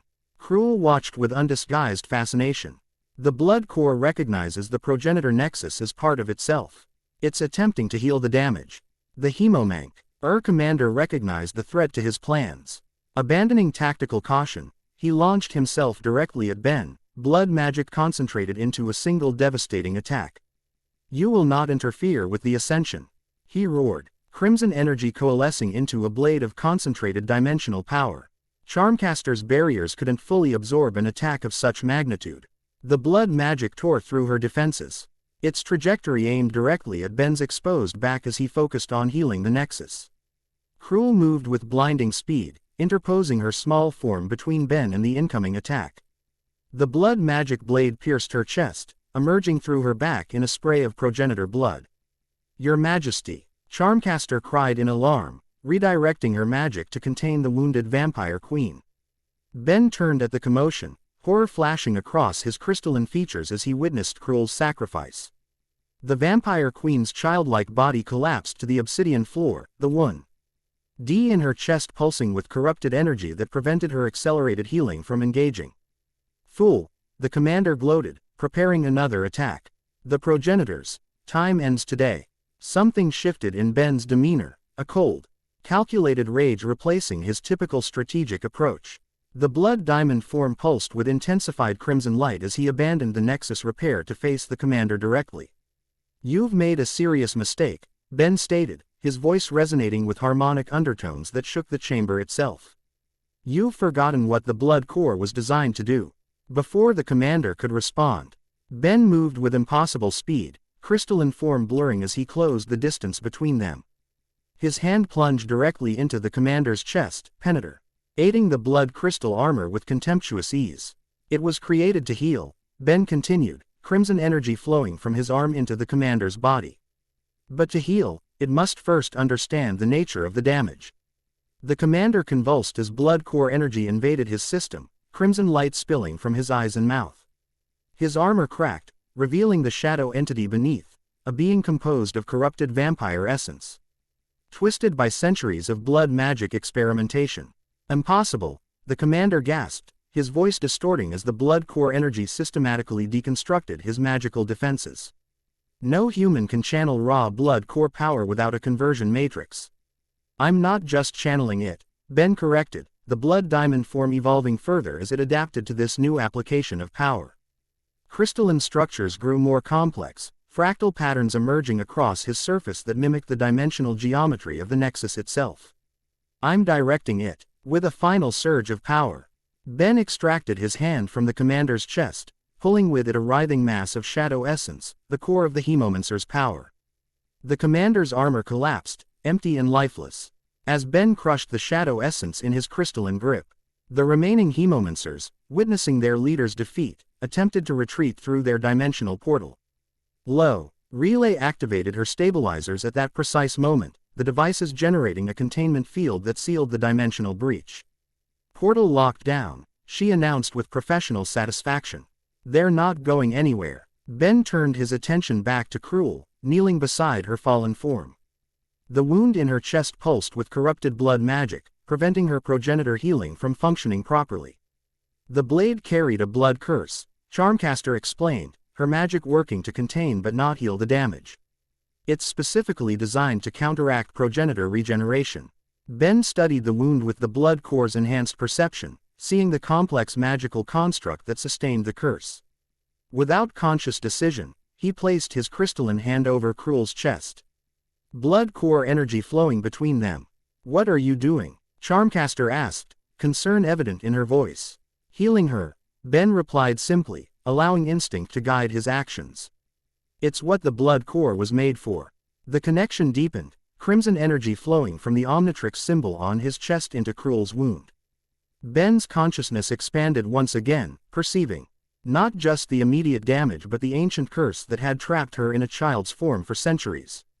In that moment of connection, Ben understood he could do more than heal the immediate wound. With the blood core fully active and the Nexus nearby, he could potentially break the age curse entirely, restoring Krul to her true form.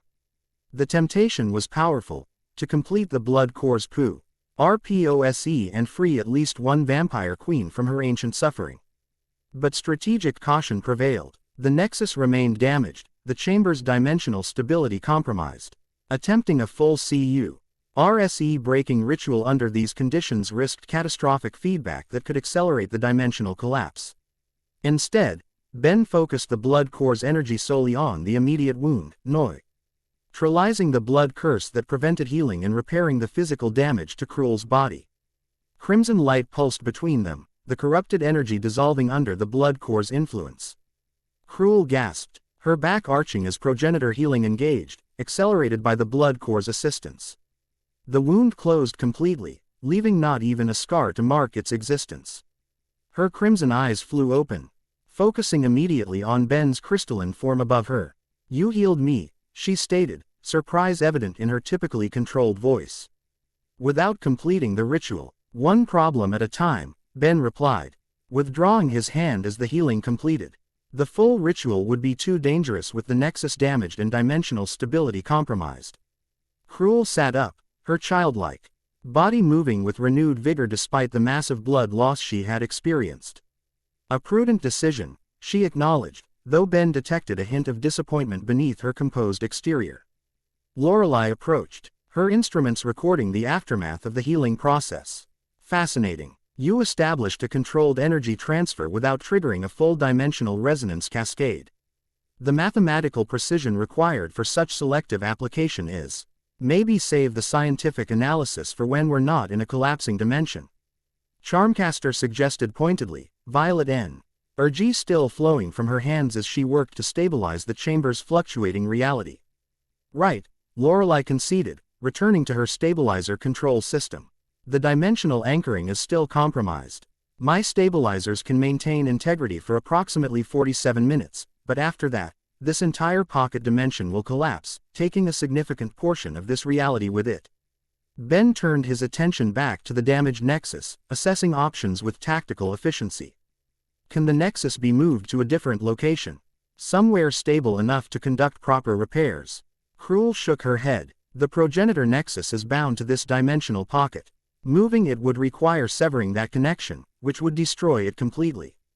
Then we need to stabilize this dimension, Ben decided. The blood diamond form approaching the Nexus once more. I managed to neutralize the harmonic disruption before the interruption. If I can complete that process, would it buy us enough time to evacuate and plan our next move? Lorelei consulted her instruments. Theoretically, yes. If you can restore approximately 73% of the dimensional anchoring, my stabilizers can maintain the remainder indefinitely. It won't repair the damage, but it will prevent immediate collapse. Ben nodded, placing his hands against the Nexus once more. Then that's our priority. After that, we need to get back to my dimension and figure out how to address the larger problem. Your dimension? Krul questioned, her ancient eyes studying him with calculating intensity. You would abandon this fight so quickly. Not abandoning, Ben corrected, already establishing the connection with the Nexus. Regrouping. The Hemomancers attacked my world first, which means they have operations there too. We need to understand the full scope of their plans before we can effectively counter them. Krul seemed unconvinced, but pragmatism prevailed. Very well, complete the stabilization, and I will provide what assistance I can for your return journey. Ben focused on the Nexus repair, blood core energy flowing from the Omnitrix into the damaged crystalline structure. This time, without combat distractions, he could fully perceive the dimensional mathematics involved, complex geometries that defined the Nexus's position in reality. The destabilizers had introduced calculated disruptions into these patterns, creating expanding fractures in the dimensional fabric. Ben's task was to counteract these disruptions, generating crystalline structures that resonated at precisely the R-ite frequencies to neutralize the damage. Minutes passed in concentrated effort, the blood diamond form evolving further as it adapted to this specialized application. Crystalline growths across Ben's body developed increasingly complex fractal patterns, mirroring the dimensional geometry he was working to repair. 70% anchoring restored, Lorelei reported, monitoring the process through her instruments. 72, 75, stabilization achieved. Ben withdrew from the Nexus, the connection terminating as the immediate crisis passed. The blood diamond form had reached its limits. Energy reserves depleted from the intensive repair work. The Omnitrix symbol on his chest flashed crimson, then reverted to its standard green as the transformation ended. Human once more, Ben staggered slightly, exhaustion evident in his posture. Charmcaster moved to his side, providing support with uncharacteristic openness. You okay? She asked quietly, concern evident beneath her typically guarded expression. Been better, Ben admitted, offering a tired smile.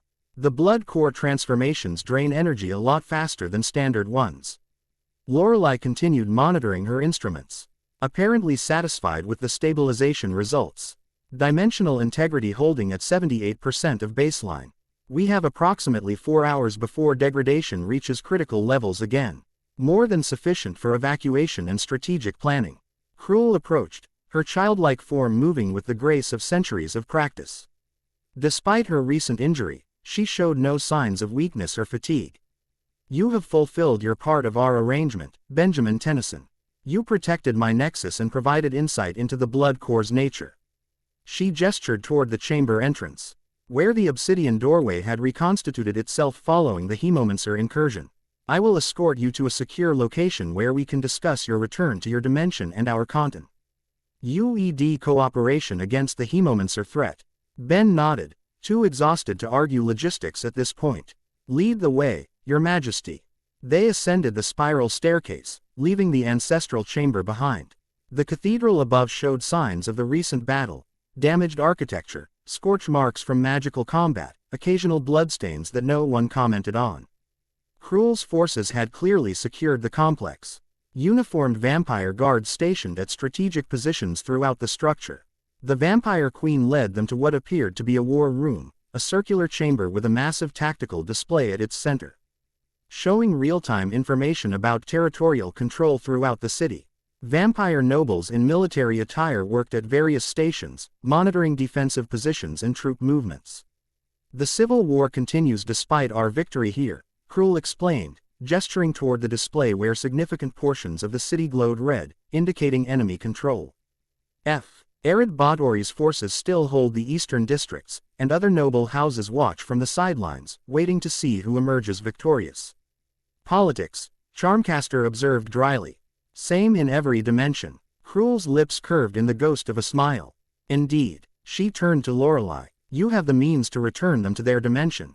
The scientist nodded, already adjusting settings on her equipment. My dimensional folding technology can transport us to the exact coordinates where they entered this dimension. The resonance signature is still active, which should facilitate a clean transit. Us, Ben questioned, noting the pronoun choice. Obviously I'm coming with you, Lorelei stated as if explaining something to a child. This dimensional crisis extends far beyond vampire politics. My expertise will be essential in tracking hemomancer activities across affected dimensions. Charmcaster raised a skeptical eyebrow. And we should trust you because Dimensional collapse would eliminate my research, my laboratory, and 7 years of meticulously collected data, Lorelei replied matter-of-factly. Self-interest is a reliable motivator. Ben exchanged a glance with Charmcaster, who shrugged slightly. Can't argue with that logic. What about you? Ben asked Krul. Your dimension is still under threat, both from civil war and hemomancer interference. The Vampire Queen's ancient eyes revealed calculations beyond mere tactical considerations. My presence is required here to stabilize my political position. However, she paused, considering her words carefully. The blood core represents the first possibility of breaking the progenitor curse in 13 centuries. I cannot ignore such an opportunity. She gestured to one of her military advisors, who approached with immediate deference. Prepare our forces to maintain defensive positions around the cathedral complex. I will be undertaking a diplomatic mission to secure additional resources for our conflict. The advisor bowed deeply, accepting the order without question despite the evident surprise in his expression. Krul turned back to the group. Decision made. I will accompany you to your dimension temporarily. 3 days, no more. In that time, we will establish a foundation for addressing both the hemomancer threat and the blood core's potential. Ben considered the implications carefully. Having a vampire progenitor in his world carried significant risks, but Krul's knowledge of vampire politics and blood magic would prove invaluable against the hemomancers. More importantly, her direct connection to the blood core's purpose made her a necessary ally in understanding its full capabilities. Agreed, he decided, extending his hand in a very human gesture. 3 days. After that, we reassess based on developments. Krul regarded the offered hand with momentary surprise before accepting it, her small fingers cold against his palm. A formal agreement between dimensions. Unusual but appropriate under the circumstances. Lorelei had completed her preparations, a complex array of devices arranged in a specific geometric pattern on the floor. Dimensional folding parameters established. Transit window opens in 30 seconds. I recommend we maintain physical contact during the transition to ensure synchronized arrival. They positioned themselves within the array, Lorelei at the center operating the control mechanism. Charmcaster stood beside Ben, her hand resting lightly on his shoulder, a casual gesture that nonetheless conveyed support. Krul maintained a slight distance, her royal bearing evident even in this unfamiliar situation. Initiating dimensional fold, Lorelei announced, activating the central device. Blue energy cascaded from the array, enveloping them in a translucent field that distorted visual perception. 3, 2, 1. Reality bent around them, the war room's features stretching and compressing as dimensional barriers thinned. Unlike the chaotic transit through the hemomancer portal, this journey felt controlled and precise, more like sliding between adjacent rooms than tumbling through dimensional chaos. Transition completed with surprising gentleness, the blue energy field dissipating to reveal their new surroundings. They stood in the abandoned research facility where Ben and Charmcaster had first encountered the blood core. Though the room showed significant damage from that initial confrontation. Dimensional transit successful, Lorelei confirmed, checking her instruments. Spatial cordon. Atesh match original departure point with 99.7% accuracy. Temporal drift minimal at 0.42 seconds. Ben oriented himself quickly, recognizing the familiar environment of his home dimension. The Omnitrix pulsed once against his wrist, as if acknowledging the return to its native reality. We should move quickly, he advised, tactical instincts already assessing their position. If the hemomancers traced our dimensional signature once, they can do it again. Charmcaster nodded in agreement. My safe house isn't far from here. It has magical defenses that should shield us from detection while we regroup. Krul surveyed their surroundings with mild curiosity, her ancient eyes taking in the unfamiliar technology and architecture. This dimension feels Younger, she observed. Less saturated with magical resonance. Earth hasn't experienced the same level of supernatural integration as your world, Ben explained, leading them toward the facility's exit. Magic exists here, but it's not as widespread or openly practiced. They navigated through the abandoned complex, Ben's familiarity with the layout guiding them efficiently. The midnight air outside felt crisp and clean after the blood-tinged atmosphere of Krul's dimension, stars visible in the clear sky above Bellwood. Dimensional stability readings normal for this reality, Lorelei reported, consulting her ever-present display. No immediate signs of hemomancer activity in the vicinity. Ben remained alert nonetheless, years of experience having taught him that appearances could be deceiving. We should still move quickly. The safe house is about 20 minutes from here on foot. They had barely taken 10 steps from the facility when the air temperature plummeted suddenly, frost crystallizing on nearby surfaces. Ben tensed immediately, recognizing the telltale sign of dimensional breach. Too late, Charmcaster muttered, staff already glowing with defensive magic. They found us. Reality tore open before T.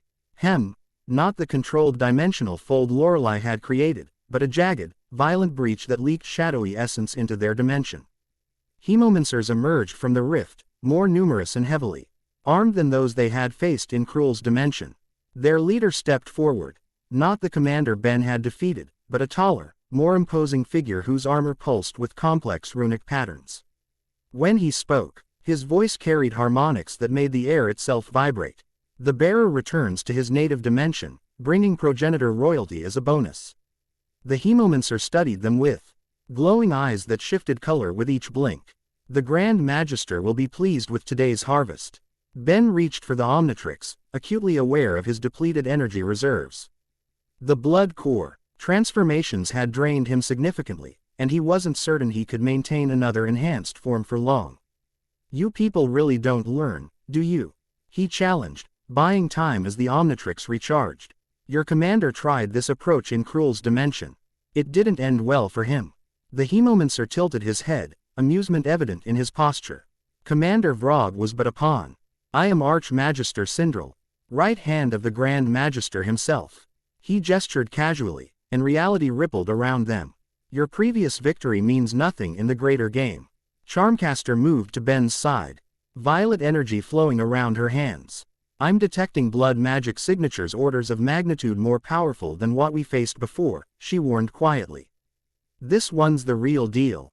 Krul's expression darkened, her childlike features betraying ancient hatred. Sindril, you were a guardian of the blood temples before your betrayal. Your existence is an abomination that should have been purged centuries ago. Your Majesty, Sindril replied with mocking deference. Still trapped in a child's form after all these centuries. How fitting for one whose time has passed. Lorelei had withdrawn several devices from her suit, configuring them with practiced efficiency. Dimensional disruption technology, she murmured to Ben. I can destabilize their portal, but I need 45 seconds of uninterrupted setup. Ben nodded almost imperceptibly, tactical options flowing through his mind. Charmcaster, defensive barriers. Krul, left flank. I'll take center and draw their attention. He activated the Omnitrix, selecting a form with consideration for his depleted energy reserves. Let's make this count. The transformation sequence initiated as hemomancers surged forward from the portal. Green energy washed over Ben's form, the Omnitrix interfacing with his DNA to reconfigure his molecular structure. Unlike previous transformations, the blood core remained dormant, allowing a standard alien form to manifest without vampiric modification. Swampfire emerged from the green flash, plant-based body immediately generating methane-enhanced flames that illuminated the night around them. Not what I was expecting, Ben commented, noting the absence of blood core influence. But it'll do. Sindril observed the transformation with evident interest. The blood core slumbers after its exertions. Predictable but inconvenient. No matter. We came prepared for standard Omnitrix capabilities as well. The hemomancers attacked in coordinated waves, blood magic and shadow essence combining in devastating assault patterns. Swampfire countered with walls of flame and regenerative plant matter, creating defensive barriers that compensated for his lack of blood core enhancement. Charmcaster erected magical shields around Lorelei, violet energy flowing in complex patterns designed to disrupt blood magic. Her expression revealed intense concentration as she adapted her spells to counter techniques she had never encountered before. Krul moved with lethal efficiency, her childlike form belying devastating combat prowess. Where she engaged hemomancers directly, they fell with frightening rapidity. Progenitor strength and centuries of experience proving a deadly combination. 20 seconds, Lorelei reported, her devices emitting increasingly complex energy patterns that interfered with the dimensional portal's stability. Sindril recognized the threat, redirecting his forces toward Lorelei's position. The scientist first, he commanded.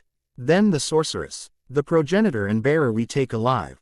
Ben intercepted the redirected assault, Swampfire's regenerative capabilities allowing him to absorb damage that would have incapacitated other forms. You're not taking anyone, he stated, methane-enhanced flames forcing the hemomancers back from Lorelei's position. 10 seconds, Lorelei continued, unfazed by the battle raging around her. 9. 8. Sindril abandoned tactical restraint, charging directly toward Lorelei with blood magic concentrated around his armored form. Enough games, he snarled, dimensional energy warping reality around him as he moved. Krul intercepted him midway, her small body colliding with his armored form with enough force to shatter concrete. Your quarrel is with me, traitor, she hissed, progeny. Tor strength momentarily halting his advance. 3, 2, 1. Lorelei activated her device, releasing a pulse of blue energy that struck the dimensional portal directly. The breach destabilized immediately, its edges collapsing inward as the connection severed. Portal neutralized, Lorelei announced with professional satisfaction. Dimensional retreat cut off. Sindril disengaged from Krul, reassessing the tactical situation with evident calculation. A minor inconvenience, he stated, though his tone betrayed frustration. We anticipated potential complications. He produced a crystalline device from his armor, similar to the destabilizers used against the Nexus but more sophisticated in design. If we cannot return with our prizes, we ensure no one else claims them either. Before anyone could react, he activated the device, which emitted a pulse of crimson energy that spread outward in an expanding sphere. Where it touched, reality itself seemed to thin, objects and surfaces taking on a transparent, ghost-like quality. Dimensional destabilizer, Lorelei shouted in alarm, her instruments displaying critical warnings. He's creating a localized collapse field. Ben recognized the immediate threat. Swampfire's tactical mind rapidly calculating options. The destabilizer's effect was expanding too quickly to escape by conventional means, and his current transformation lacked the interdimensional capabilities needed to counter such a device. In that critical moment, the Omnitrix pulsed with renewed crimson light, the blood core awakening in response to the dimensional threat. Energy surged through Ben's transformed state, initiating an unprecedented mid-transformation modification. Swampfire's plant-based body incorporated crimson elements, vascular cyst, M's restructuring to carry blood core energy alongside methane compounds. The transformation completed in seconds, leaving Ben in a hybrid state, Swampfire's general form enhanced with vampiric elements that pulsed with crimson light. Blood Bloom, Ben named the form instinctively, knowledge flowing from the blood core integration. With newfound clarity, he perceived the dimensional mathematics behind Sindril's destabilizer. The device was creating a cascading failure in local reality, dimensions folding inward upon themselves in a pattern that would eventually consume everything within a half-mile radius. Acting on blood core instinct, Ben extended his transformed arms, plant matter reconfiguring into crystalline structures that pulsed with crimson energy. These structures expanded outward, intercepting the destabilization field and absorbing its effects through complex dimensional frequency matching. Impossible, Sindril hissed, witnessing his weapon's energy being systematically neutralized. No being can directly manipulate dimensional collapse fields without a conversion matrix. You keep underestimating what the blood core can do, Ben replied, completing the neutralization process. The destabilizer's energy dissipated completely, reality reasserting its proper consistency throughout the affected area. Sindril reassessed his options, calculating odds with cold precision. Outnumbered, cut off from reinforcements, and facing a blood core transformation he hadn't anticipated, the tactical choice was clear.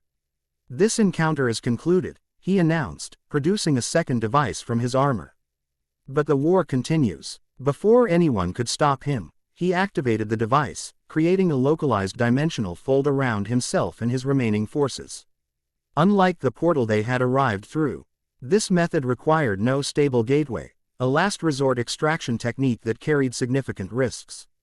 He's attempting emergency dimensional extraction, Lorelei observed, her instruments tracking the process. 73% chance of successful transit, 27% chance of molecular dissolution during fold. The dimensional fold completed, Sindral and his forces vanishing from their reality with a final pulse of crimson energy. Silence fell over the abandoned facility grounds, broken only by the crackling of small fires ignited during the battle. Ben reverted to human form as the immediate threat passed, the blood bloom transformation dissipating in a flash of crimson-tinged light. Exhaustion hit him immediately, the double Tran-S formation depleting his reserves beyond normal limits. That was informative, Krul stated, her childlike form showing no signs of exertion despite the intense combat she had engaged in. Sindral's presence confirms the Hemomancers have elevated this conflict to the highest levels. Charmcaster moved to Ben's side, concern evident beneath her typical sardonic expression. You okay? That's Seiko. ND transformation looked like it took a lot out of you. I'll live, Ben assured her, though fatigue was evident in his voice. The blood core transformations drain energy much faster than standard ones. 2 in 1 day is pushing it. Lorelei was already collecting data from the battlefield, her instruments scanning residual energy signatures. The dimensional mathematics involved in that destabilizer were remarkably sophisticated. She observed, the Hemomancers have advanced their technology significantly since my last encounter with them. Ben straightened, pushing through his exhaustion with practiced determination. All the more reason to reach that safe house and regroup. They'll be back, probably with more forces and better preparation. Krul nodded in agreement, her ancient eyes scanning their surroundings with tactical precision. Lead on, Tennyson, your dimension, your territory. As they made their way through the darkened streets of Bellwood, Ben couldn't shake the feeling that this was merely the opening move in a much larger game.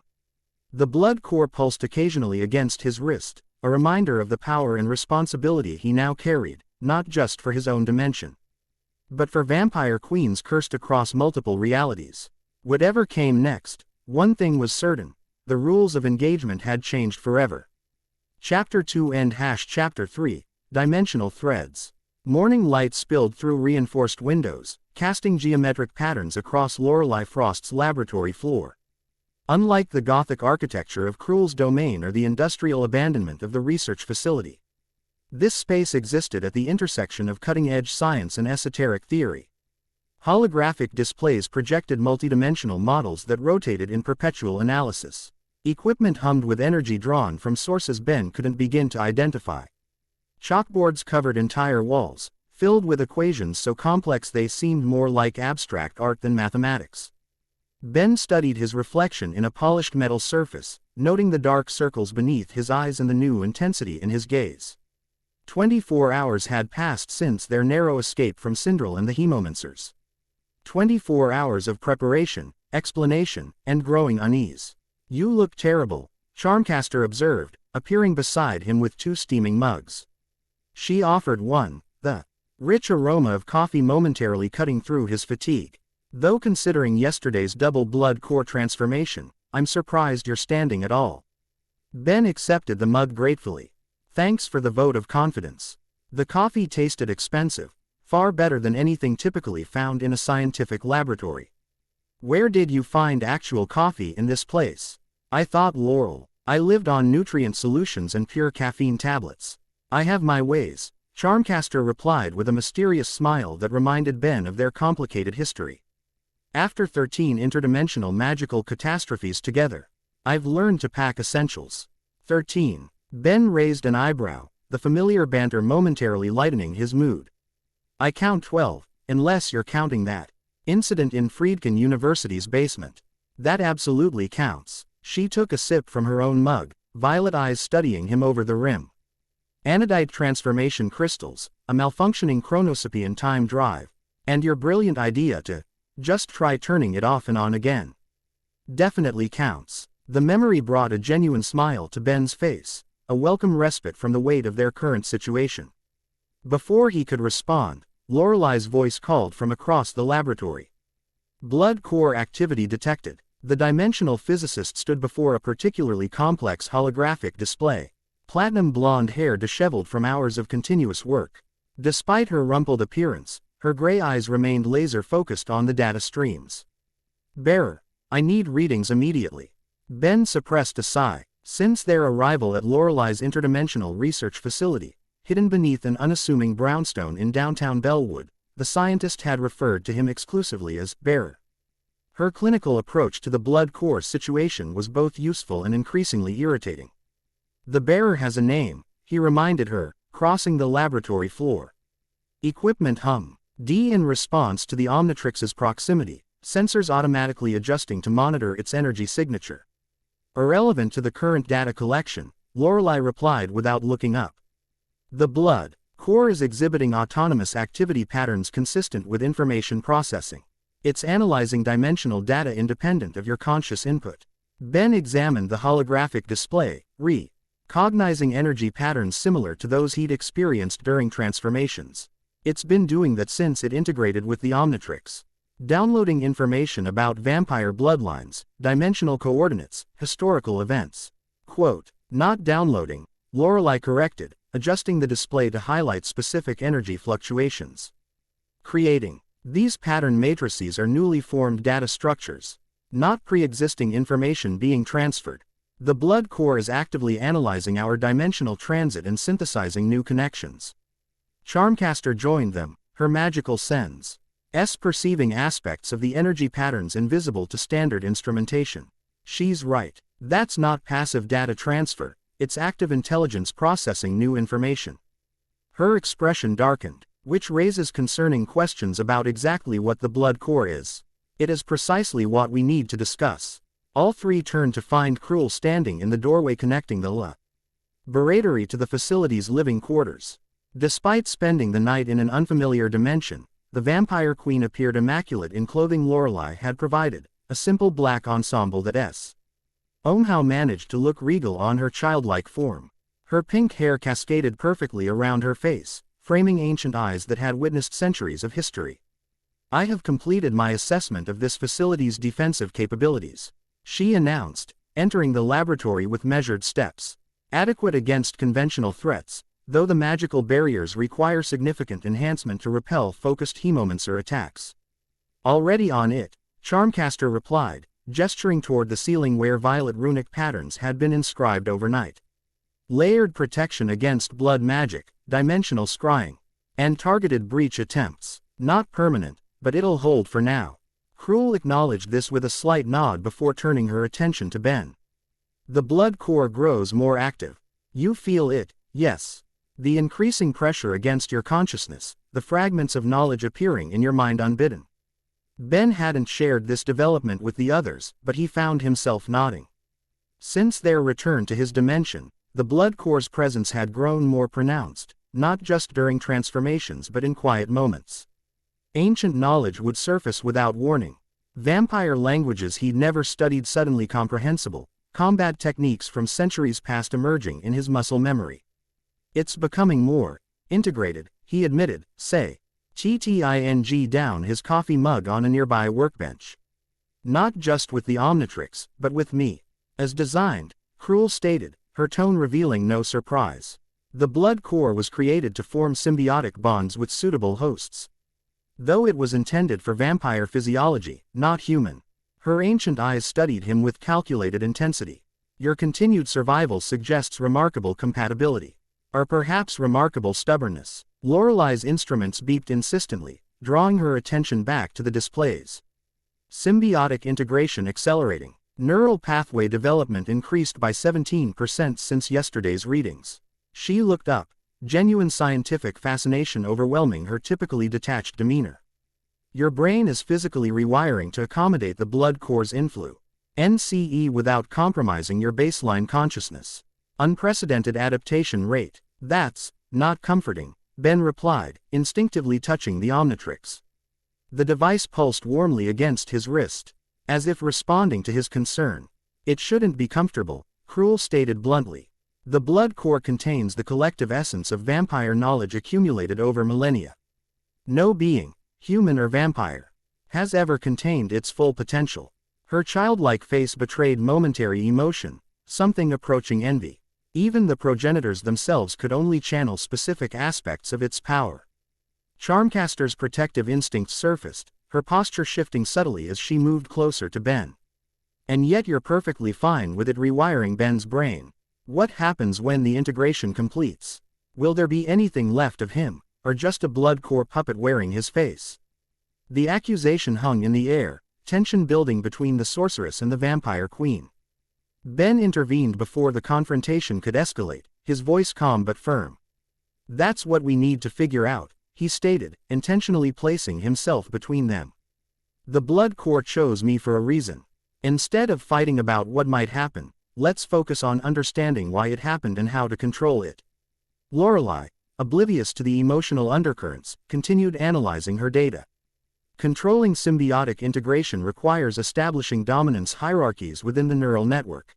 Your consciousness must assert primacy over the blood core's influence through repetitive reinforcement of identity markers and core memory structures. 3 blank stares greeted this pronouncement. The scientist sighed, translating reluctantly. Remember who you are. Focus on memories and experiences that define you. The blood core will incorporate rather than override if you maintain strong identity boundaries. That actually makes sense, Ben acknowledged, earning a surprisingly satisfied nod from Lorelei. Like when I first got the Omnitrix and had to learn to maintain my human consciousness during transformations. Precisely, Lorelei confirmed. Though the blood core presents significantly more complex integration challenges than standard DNA reconfiguration. It's not just transforming your body, it's attempting to merge with your consciousness at a fundamental level. Which brings us back to our primary objective, Krul interjected, regal impatience coloring her tone. Understanding the blood core's purpose and capabilities. The knowledge I shared in my dimension was incomplete, limited by what the progenitors themselves understood of its creation. And what exactly did they understand? Charmcaster asked, skepticism evident in her voice. So we know it was created to heal vampire queens from their curses, but the how remains conspicuously vague. Krul's expression tightened momentarily, a flash of ancient pride challenging the question before pragmatism prevailed. The original progenitor created the blood core during the final days of the great vampire empire, before the 13 bloodlines diverged. It was designed as a metaphys. Ical fail-safe. A way to reunite the bloodlines should they ever become corrupted or cursed. She paced across the laboratory floor, pink hair floating slightly in defiance of normal physics. But the blood core was unfinished when the human mages launched their great offensive. In the chaos of war, it was lost, believed destroyed until rumors began circulating centuries later about a crimson essence that could heal progenitor-level curses. That timeline doesn't make sense, Ben observed, tactical mind identifying the inconsistency immediately. If it was lost thousands of years ago, how did it end up in that research facility in Bellwood just when the Omnitrix and I happened to be investigating? An excellent question, Lorelei commented, fingers flying across holographic interfaces as she pulled up new data streams. And one I can partially answer based on dimensional transit signatures I've been tracking. The central holographic display reconfigured to show what appeared to be a multidimensional map, streams of color representing different realities flowing around a central axis. The blood core hasn't been stationary, Lorelei explained, highlighting a particular crimson stream that zigzagged erratically across the display. It's been moving between dimensions for centuries, never remaining in one reality for more than a few decades. Its appearance in your dimension was the culmination of a pattern, not random chance. She expanded a section of the display, showing the convergence of multiple dimensional streams. 17 different realities experienced dimensional thinning at precise coordinates over the past year. When mapped in 5-dimensional space, these thinning events create a directed pattern leading directly to that research facility. It was being herded, Ben realized. Understanding dawning. Someone, or something, was deliberately manipulating dimensional boundaries to guide the blood core to that specific location. But who? Charmcaster questioned, studying the dimensional map with professional interest. The Hemomancers. They seem more interested in capturing or destroying it than guiding it anywhere. Unless they wanted it to find the Omnitrix specifically. Krul suggested. Ancient eyes narrowed in calculation. Perhaps they believed technological containment would make the blood core easier to harvest than its natural metaphysical state. Before anyone could respond to this theory, alarms erupted throughout the facility, not the measured scientific alerts of Lorelei's instruments but shrill security warnings indicating immediate threat. Perimeter breach detected, a computerized voice announced with incongruous calm. Unknown entity utilizing blood-adjacent energy signatures. Containment protocols failing. Lorelei moved with surprising speed to a security console, fingers dancing across controls as she assessed the threat. Something penetrated the outer barriers without triggering standard alerts. It's already inside the secondary perimeter. Ben reached for the Omnitrix instinctively, cycling through available transformations while calculating tactical options. Hemomancers again. That was fast, even for them. Energy signature doesn't match Hemomancer patterns, Lorelei replied, studying the security readouts with narrowed eyes. It's similar to vampire blood magic but with distinctive variations in the harmonic frequency. Almost like a hunter, Krul interrupted, tension evident in her suddenly alert posture.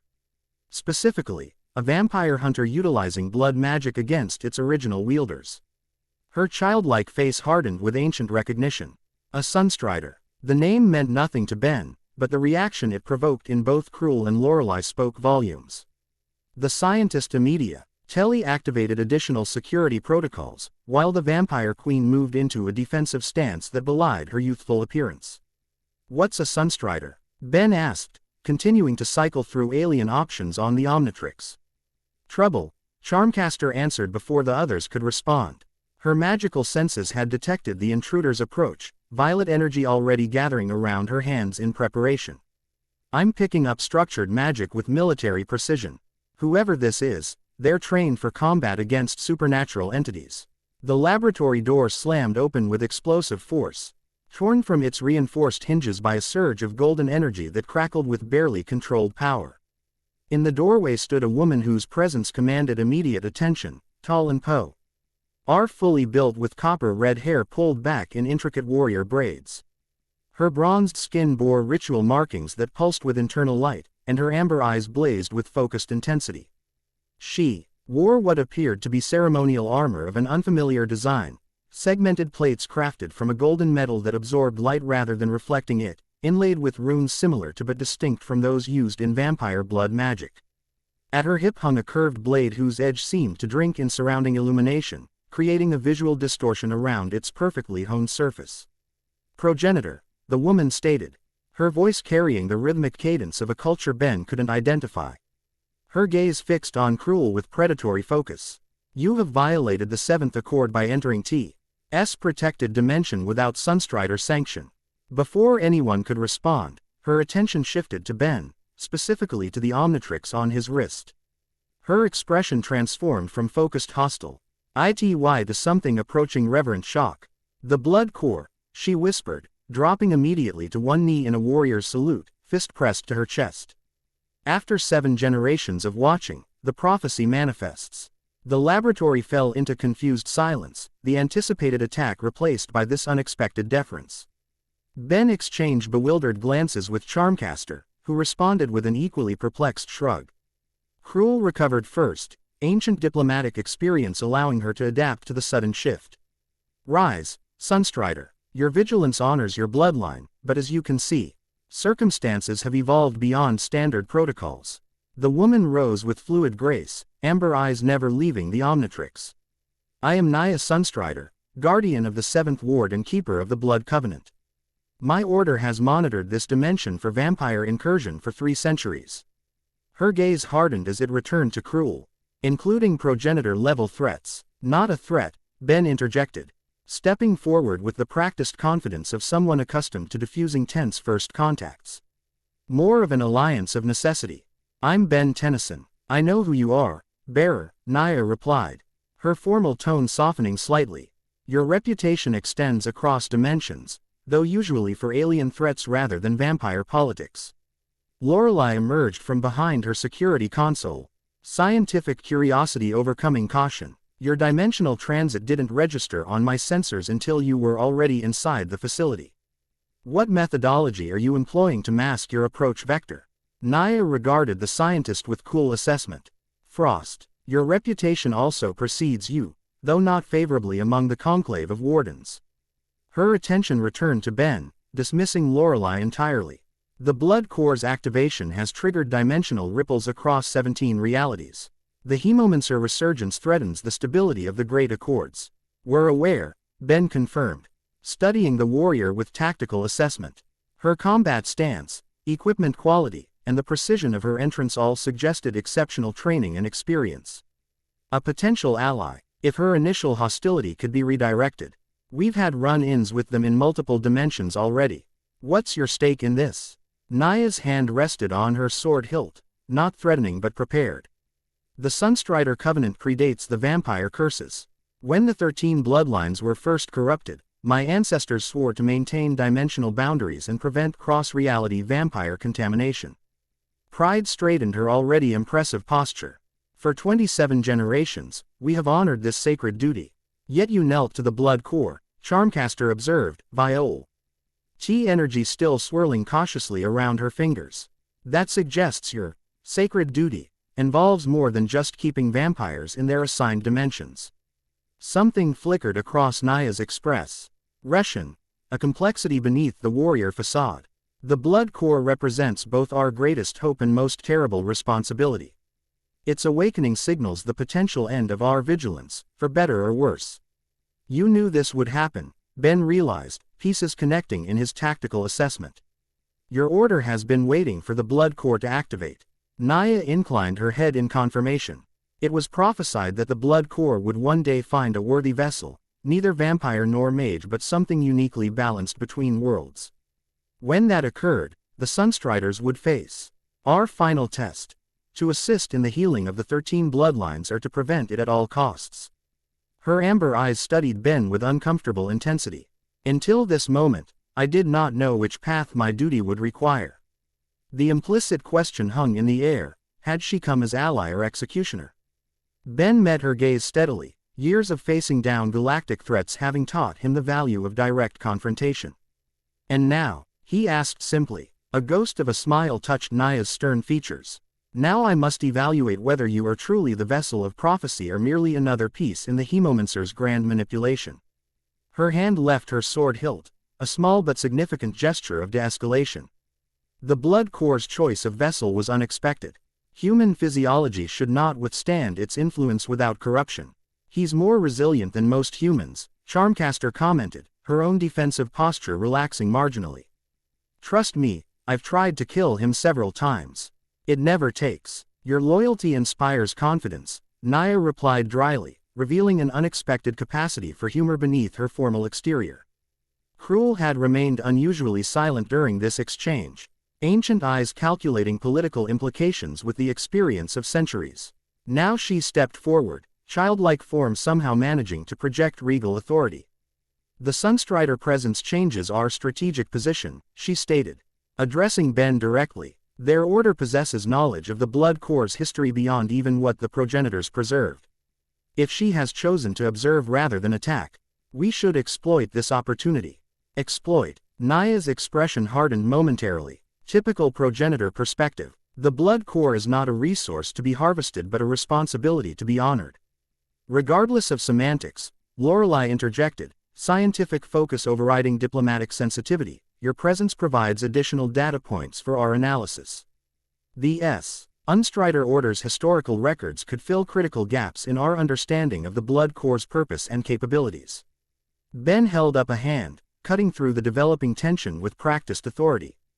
Before we get into historical debates, we need to address immediate concerns. He turned to Naya. You breached Lorelei's security without triggering alerts until the final layer. That suggests skills and knowledge that could help protect us against further Hemomancer attacks. The warrior assessed him with newfound respect, recognizing the tactical prioritization. A valid observation. The Hemomancers will return in greater numbers now that Sindral has confirmed the blood core's presence in this dimension. She glanced around the laboratory with professional assessment. His facility's defenses are inadequate against concentrated blood magic assault. Hence the magical barriers have been installing, Charmcaster pointed out, gesturing toward her runic enhancements. Quote, though I'll admit blood magic countermeasures aren't my specialty. Nor should they be, Naya replied, her tone softening slightly. Blood magic corrupts most practitioners, which is why the Sunstreeters use it only for detection and neutralization, never for power. She reached into a pouch at her belt, withdrawing what appeared to be small golden discs inscribed with complex runes.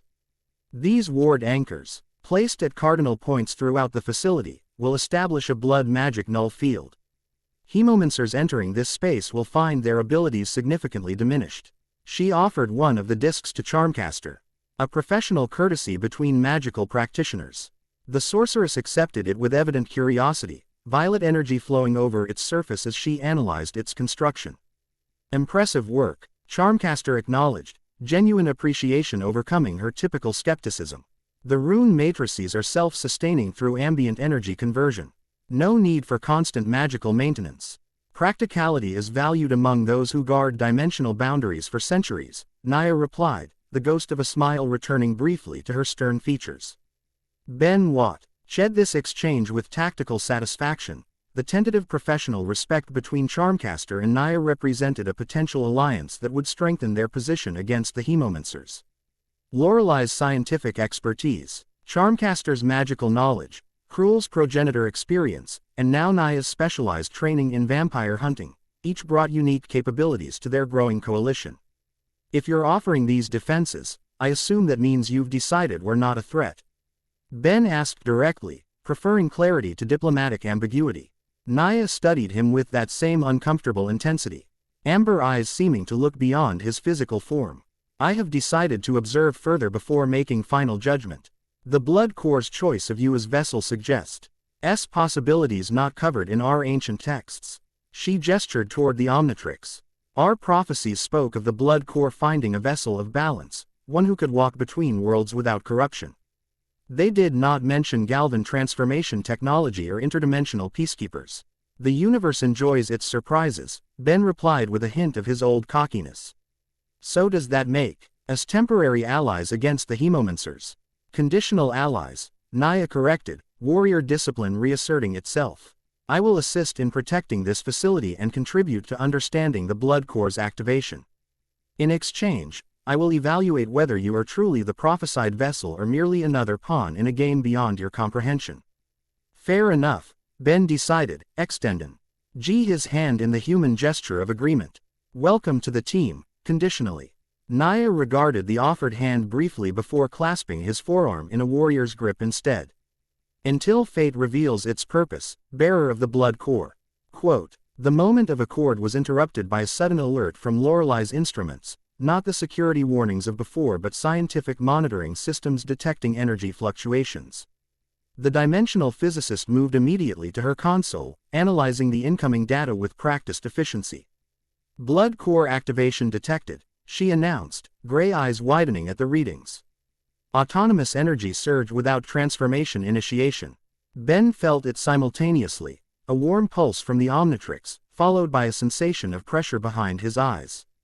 Knowledge flooded his consciousness unbidden, fragments of history, dimensional coordinates, vampire lineage connections, assembling into patterns he hadn't previously recognized. It's responding to Naya's presence, he realized. The information crystallizing into understanding. The Sunstriders aren't just guardians, they're connected to the Blood Core's creation. Naya's expression betrayed genuine surprise, confirmation that Ben had accessed knowledge beyond what she'd expected him to possess. How could you know that? Those records were expunged from all accessible histories. Not expunged from the Blood Core itself. Ben replied, knowledge continuing to unfold in his mind. The Sunstriders descend from the human mages who worked alongside the original progenitor to create the Blood Core. Not enemies of vampire kind, but allies who foresaw the coming curses. Krul's ancient eyes widened fractionally, a significant display of shock from one who had witnessed centuries of history.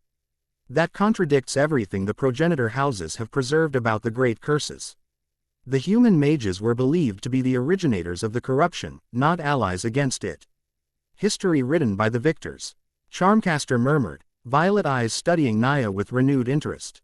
Or in this case, history written by those who seized power after the original progenitor disappeared. Naya's composure faltered momentarily, centuries of secrecy challenged by Ben's unexpected revelation. The blood core shares this knowledge freely with you.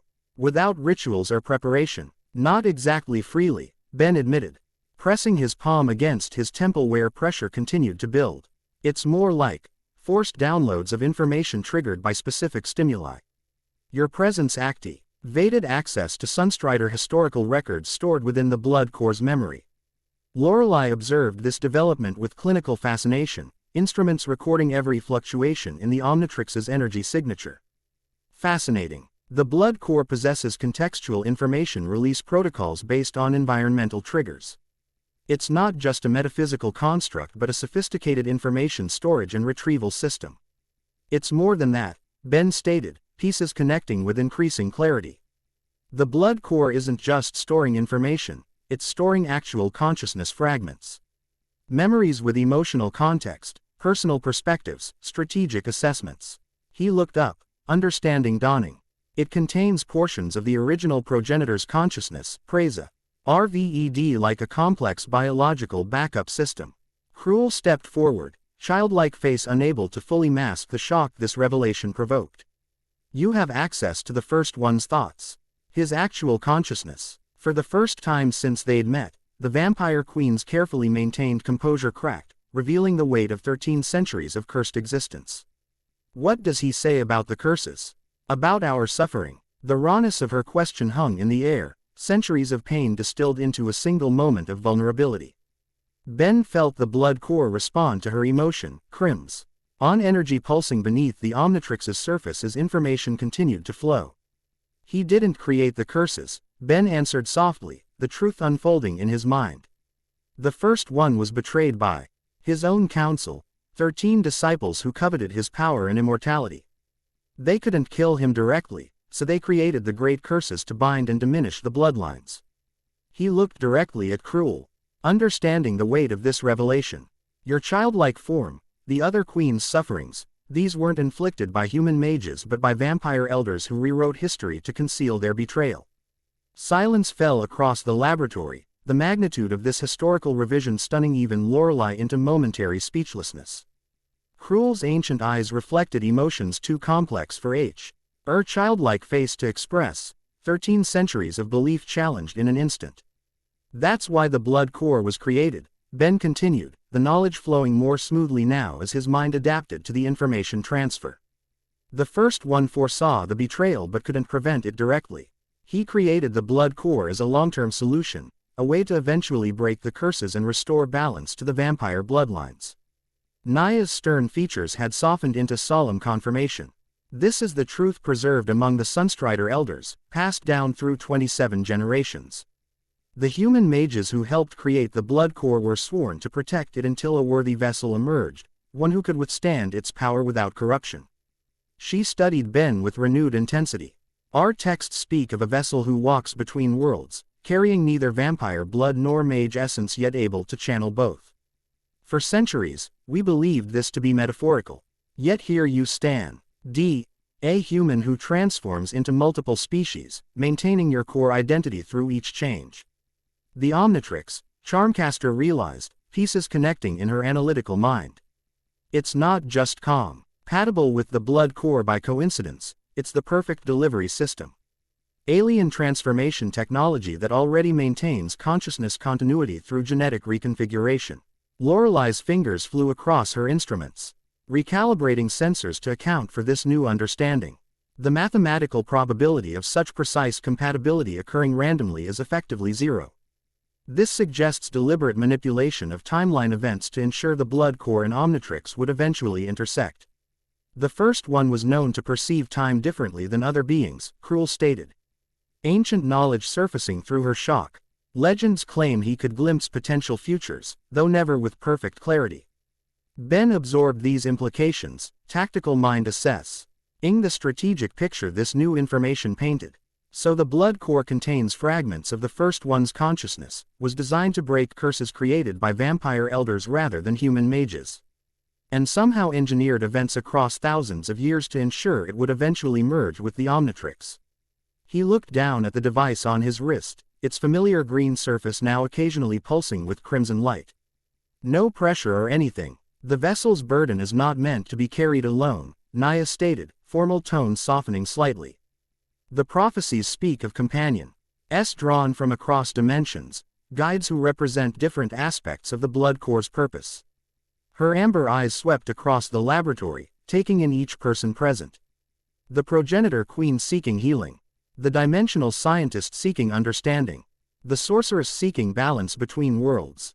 The guardian seeking truth in ancient oaths. She returned her gaze to Ben.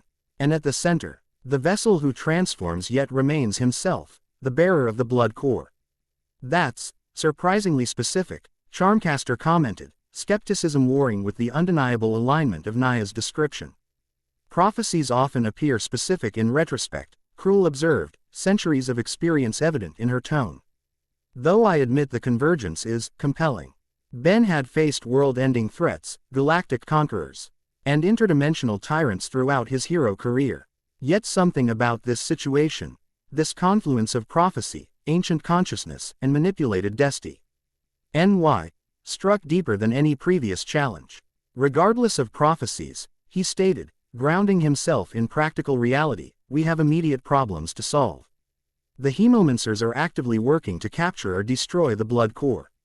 They've attacked in multiple dimensions already, and they'll come for us again here. He turned to Naya. You mentioned wards that can help protect this facility. Let's start there. Strengthen our defenses while we figure out our next move. The warrior nodded in approval, recognizing the tactical prioritization.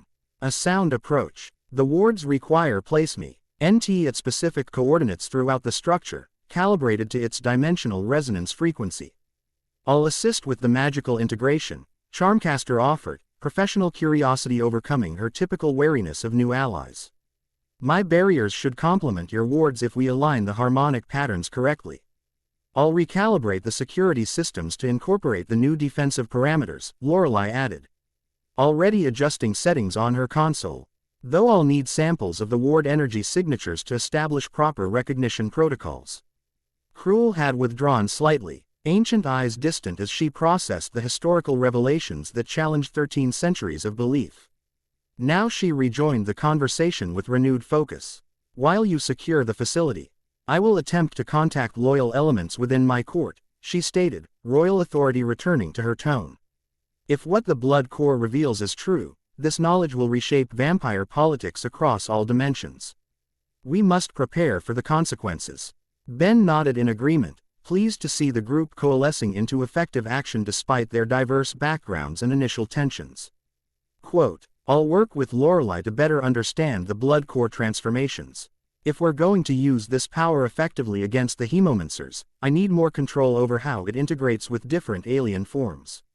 As the others dispersed to their assigned tasks, Ben remained by the central console, studying the holographic display of the Omnitrix's energy patterns. The crimson pulse of the Ood core had settled into a rhythm synchronized with his heartbeat, no longer foreign but not yet fully integrated. You've accepted the responsibility quite readily, Lorelei observed, adjusting sends ors to capture more detailed readings of the blood core's activity. Most humans would experience significant psychological distress upon learning they carry fragments of an ancient vampire's consciousness. Ben shrugged slightly, the gesture belying the weight he felt. I've been carrying the most powerful device in the universe since I was 10 years old. Adapting to weird situations is kind of my specialty. Lorelei studied him with rare direct eye contact, scientific detachment momentarily yielding to genuine curiosity. The others see you primarily as a hero or tactician, but I observe something more fundamental. Your neurological patterns show unusual stability during transformation events that should, by all standard models, cause significant identity disruption. She returned to her instruments. Uncomfortable with sustained personal interaction. It suggests you possess a core identity framework remarkably resistant to external influence. A useful trait when interfacing with consciousness fragments from an ancient vampire progenitor.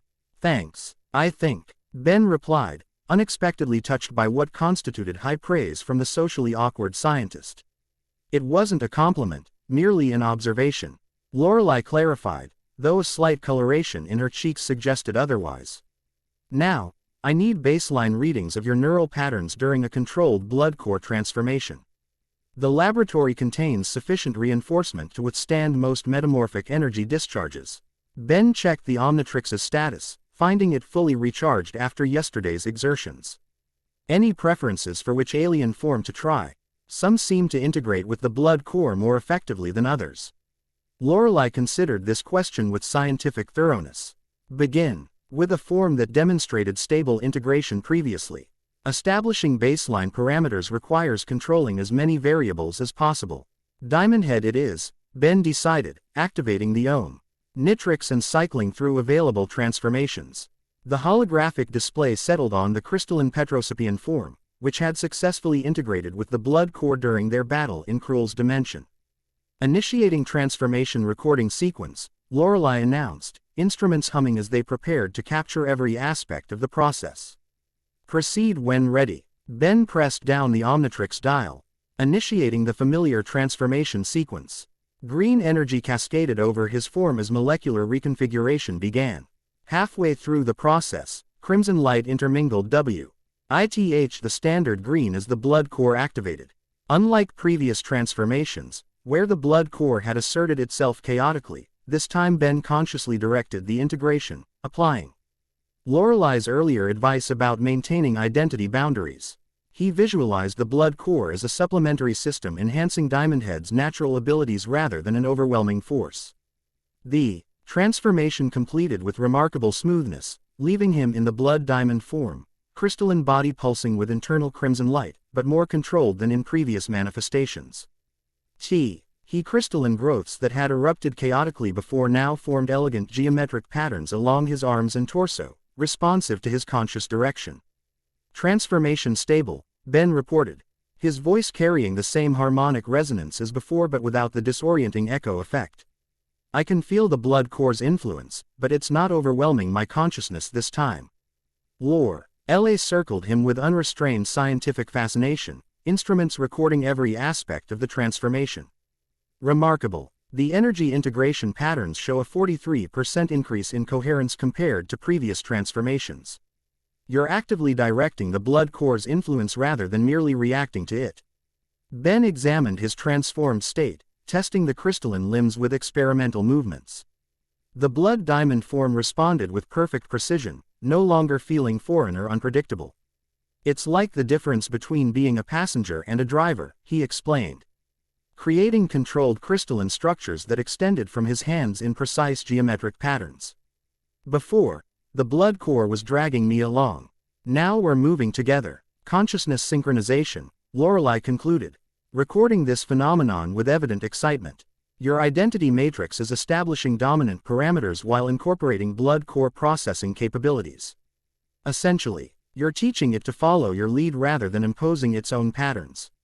The laboratory door opened as Charmcaster returned from placing the first set of ward anchors. She paused in the doorway, violet eyes widening slightly at Ben's transformed state. That's new, she commented, approaching with professional curiosity. Less eldritch horror, and more controlled power, this time. The crystalline structures actually look intentional instead of like something exploding outward.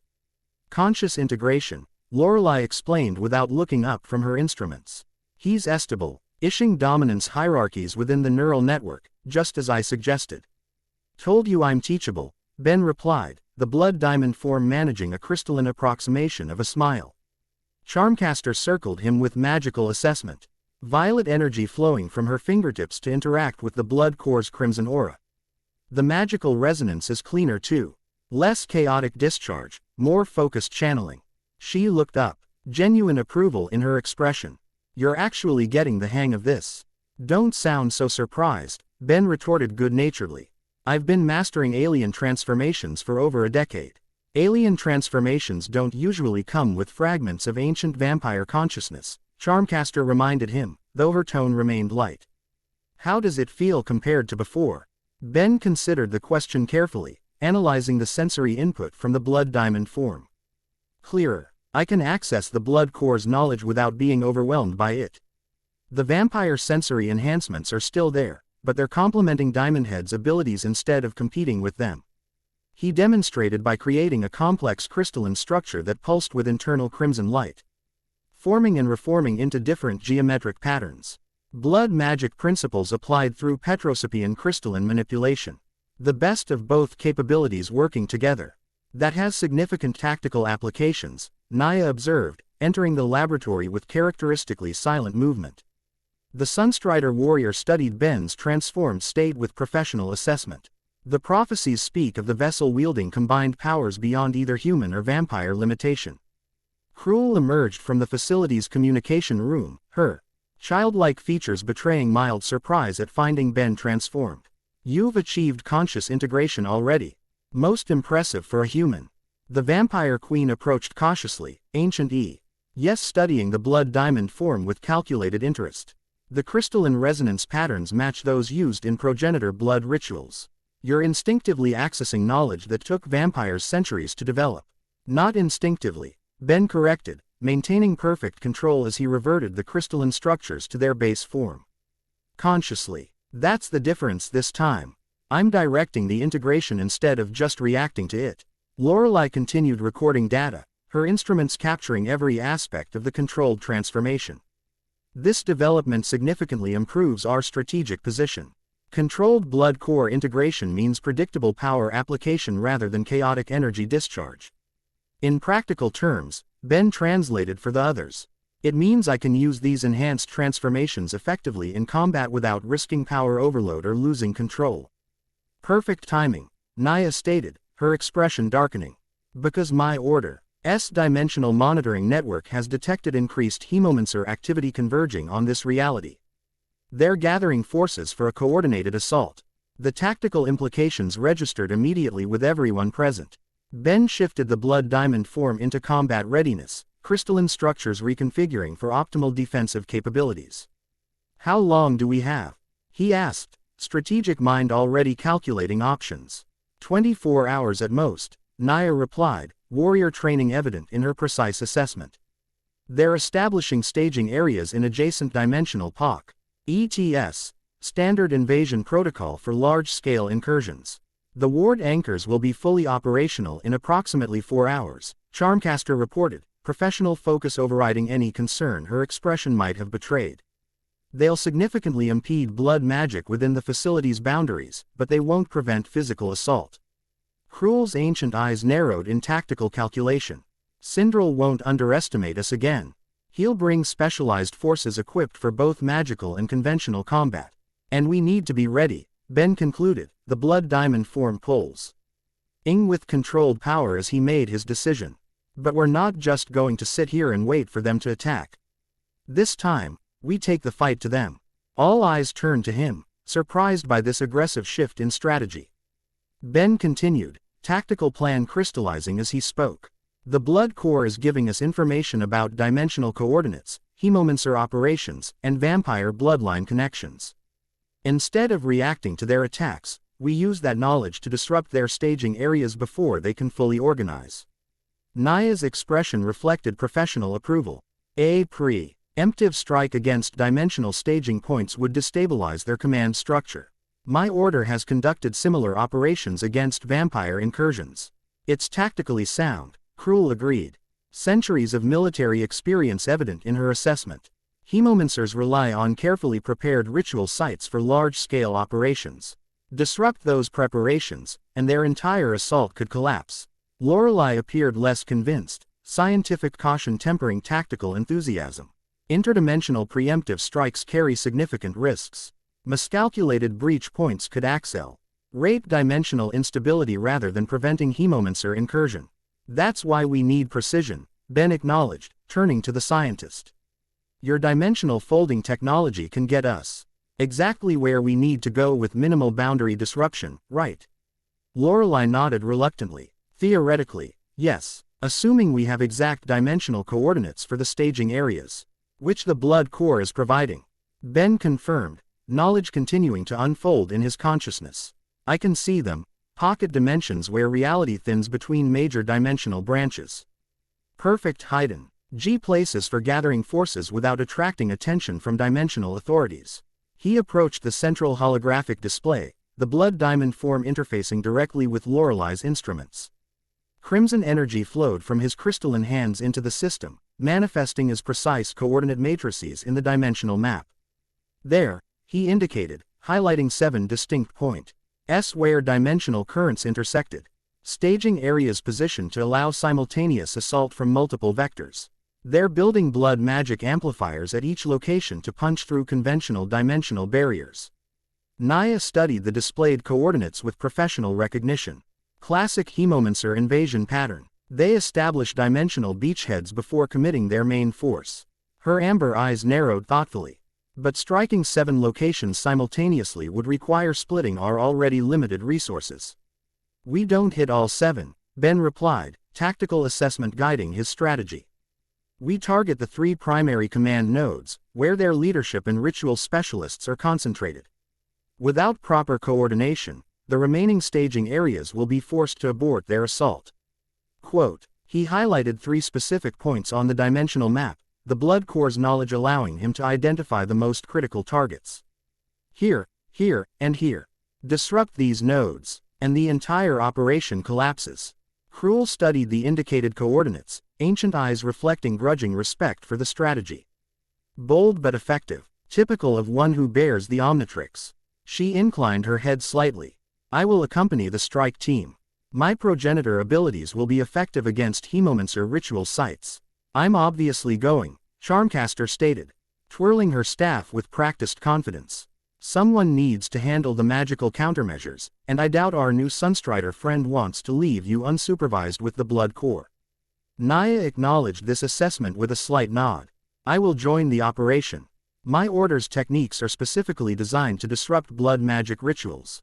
All eyes turned to Lorelei, who sighed with resigned acceptance. My dimensional folding technology is required for precise insertion and extraction. Logical necessity dictates my participation, regardless of my preference for laboratory conditions over combat zones. Ben nodded, pleased with the unified response despite their diverse backgrounds.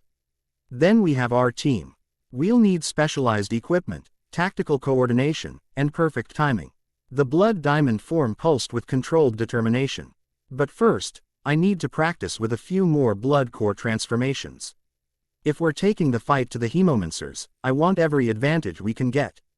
As the others dispersed to prepare for the coming operation, Ben remained by the central console, the blood diamond form standing in silent contemplation. The knowledge flowing from the blood core no longer felt alien or overwhelming. It integrated smoothly with his tactical thinking, enhancing rather than overriding his natural abilities.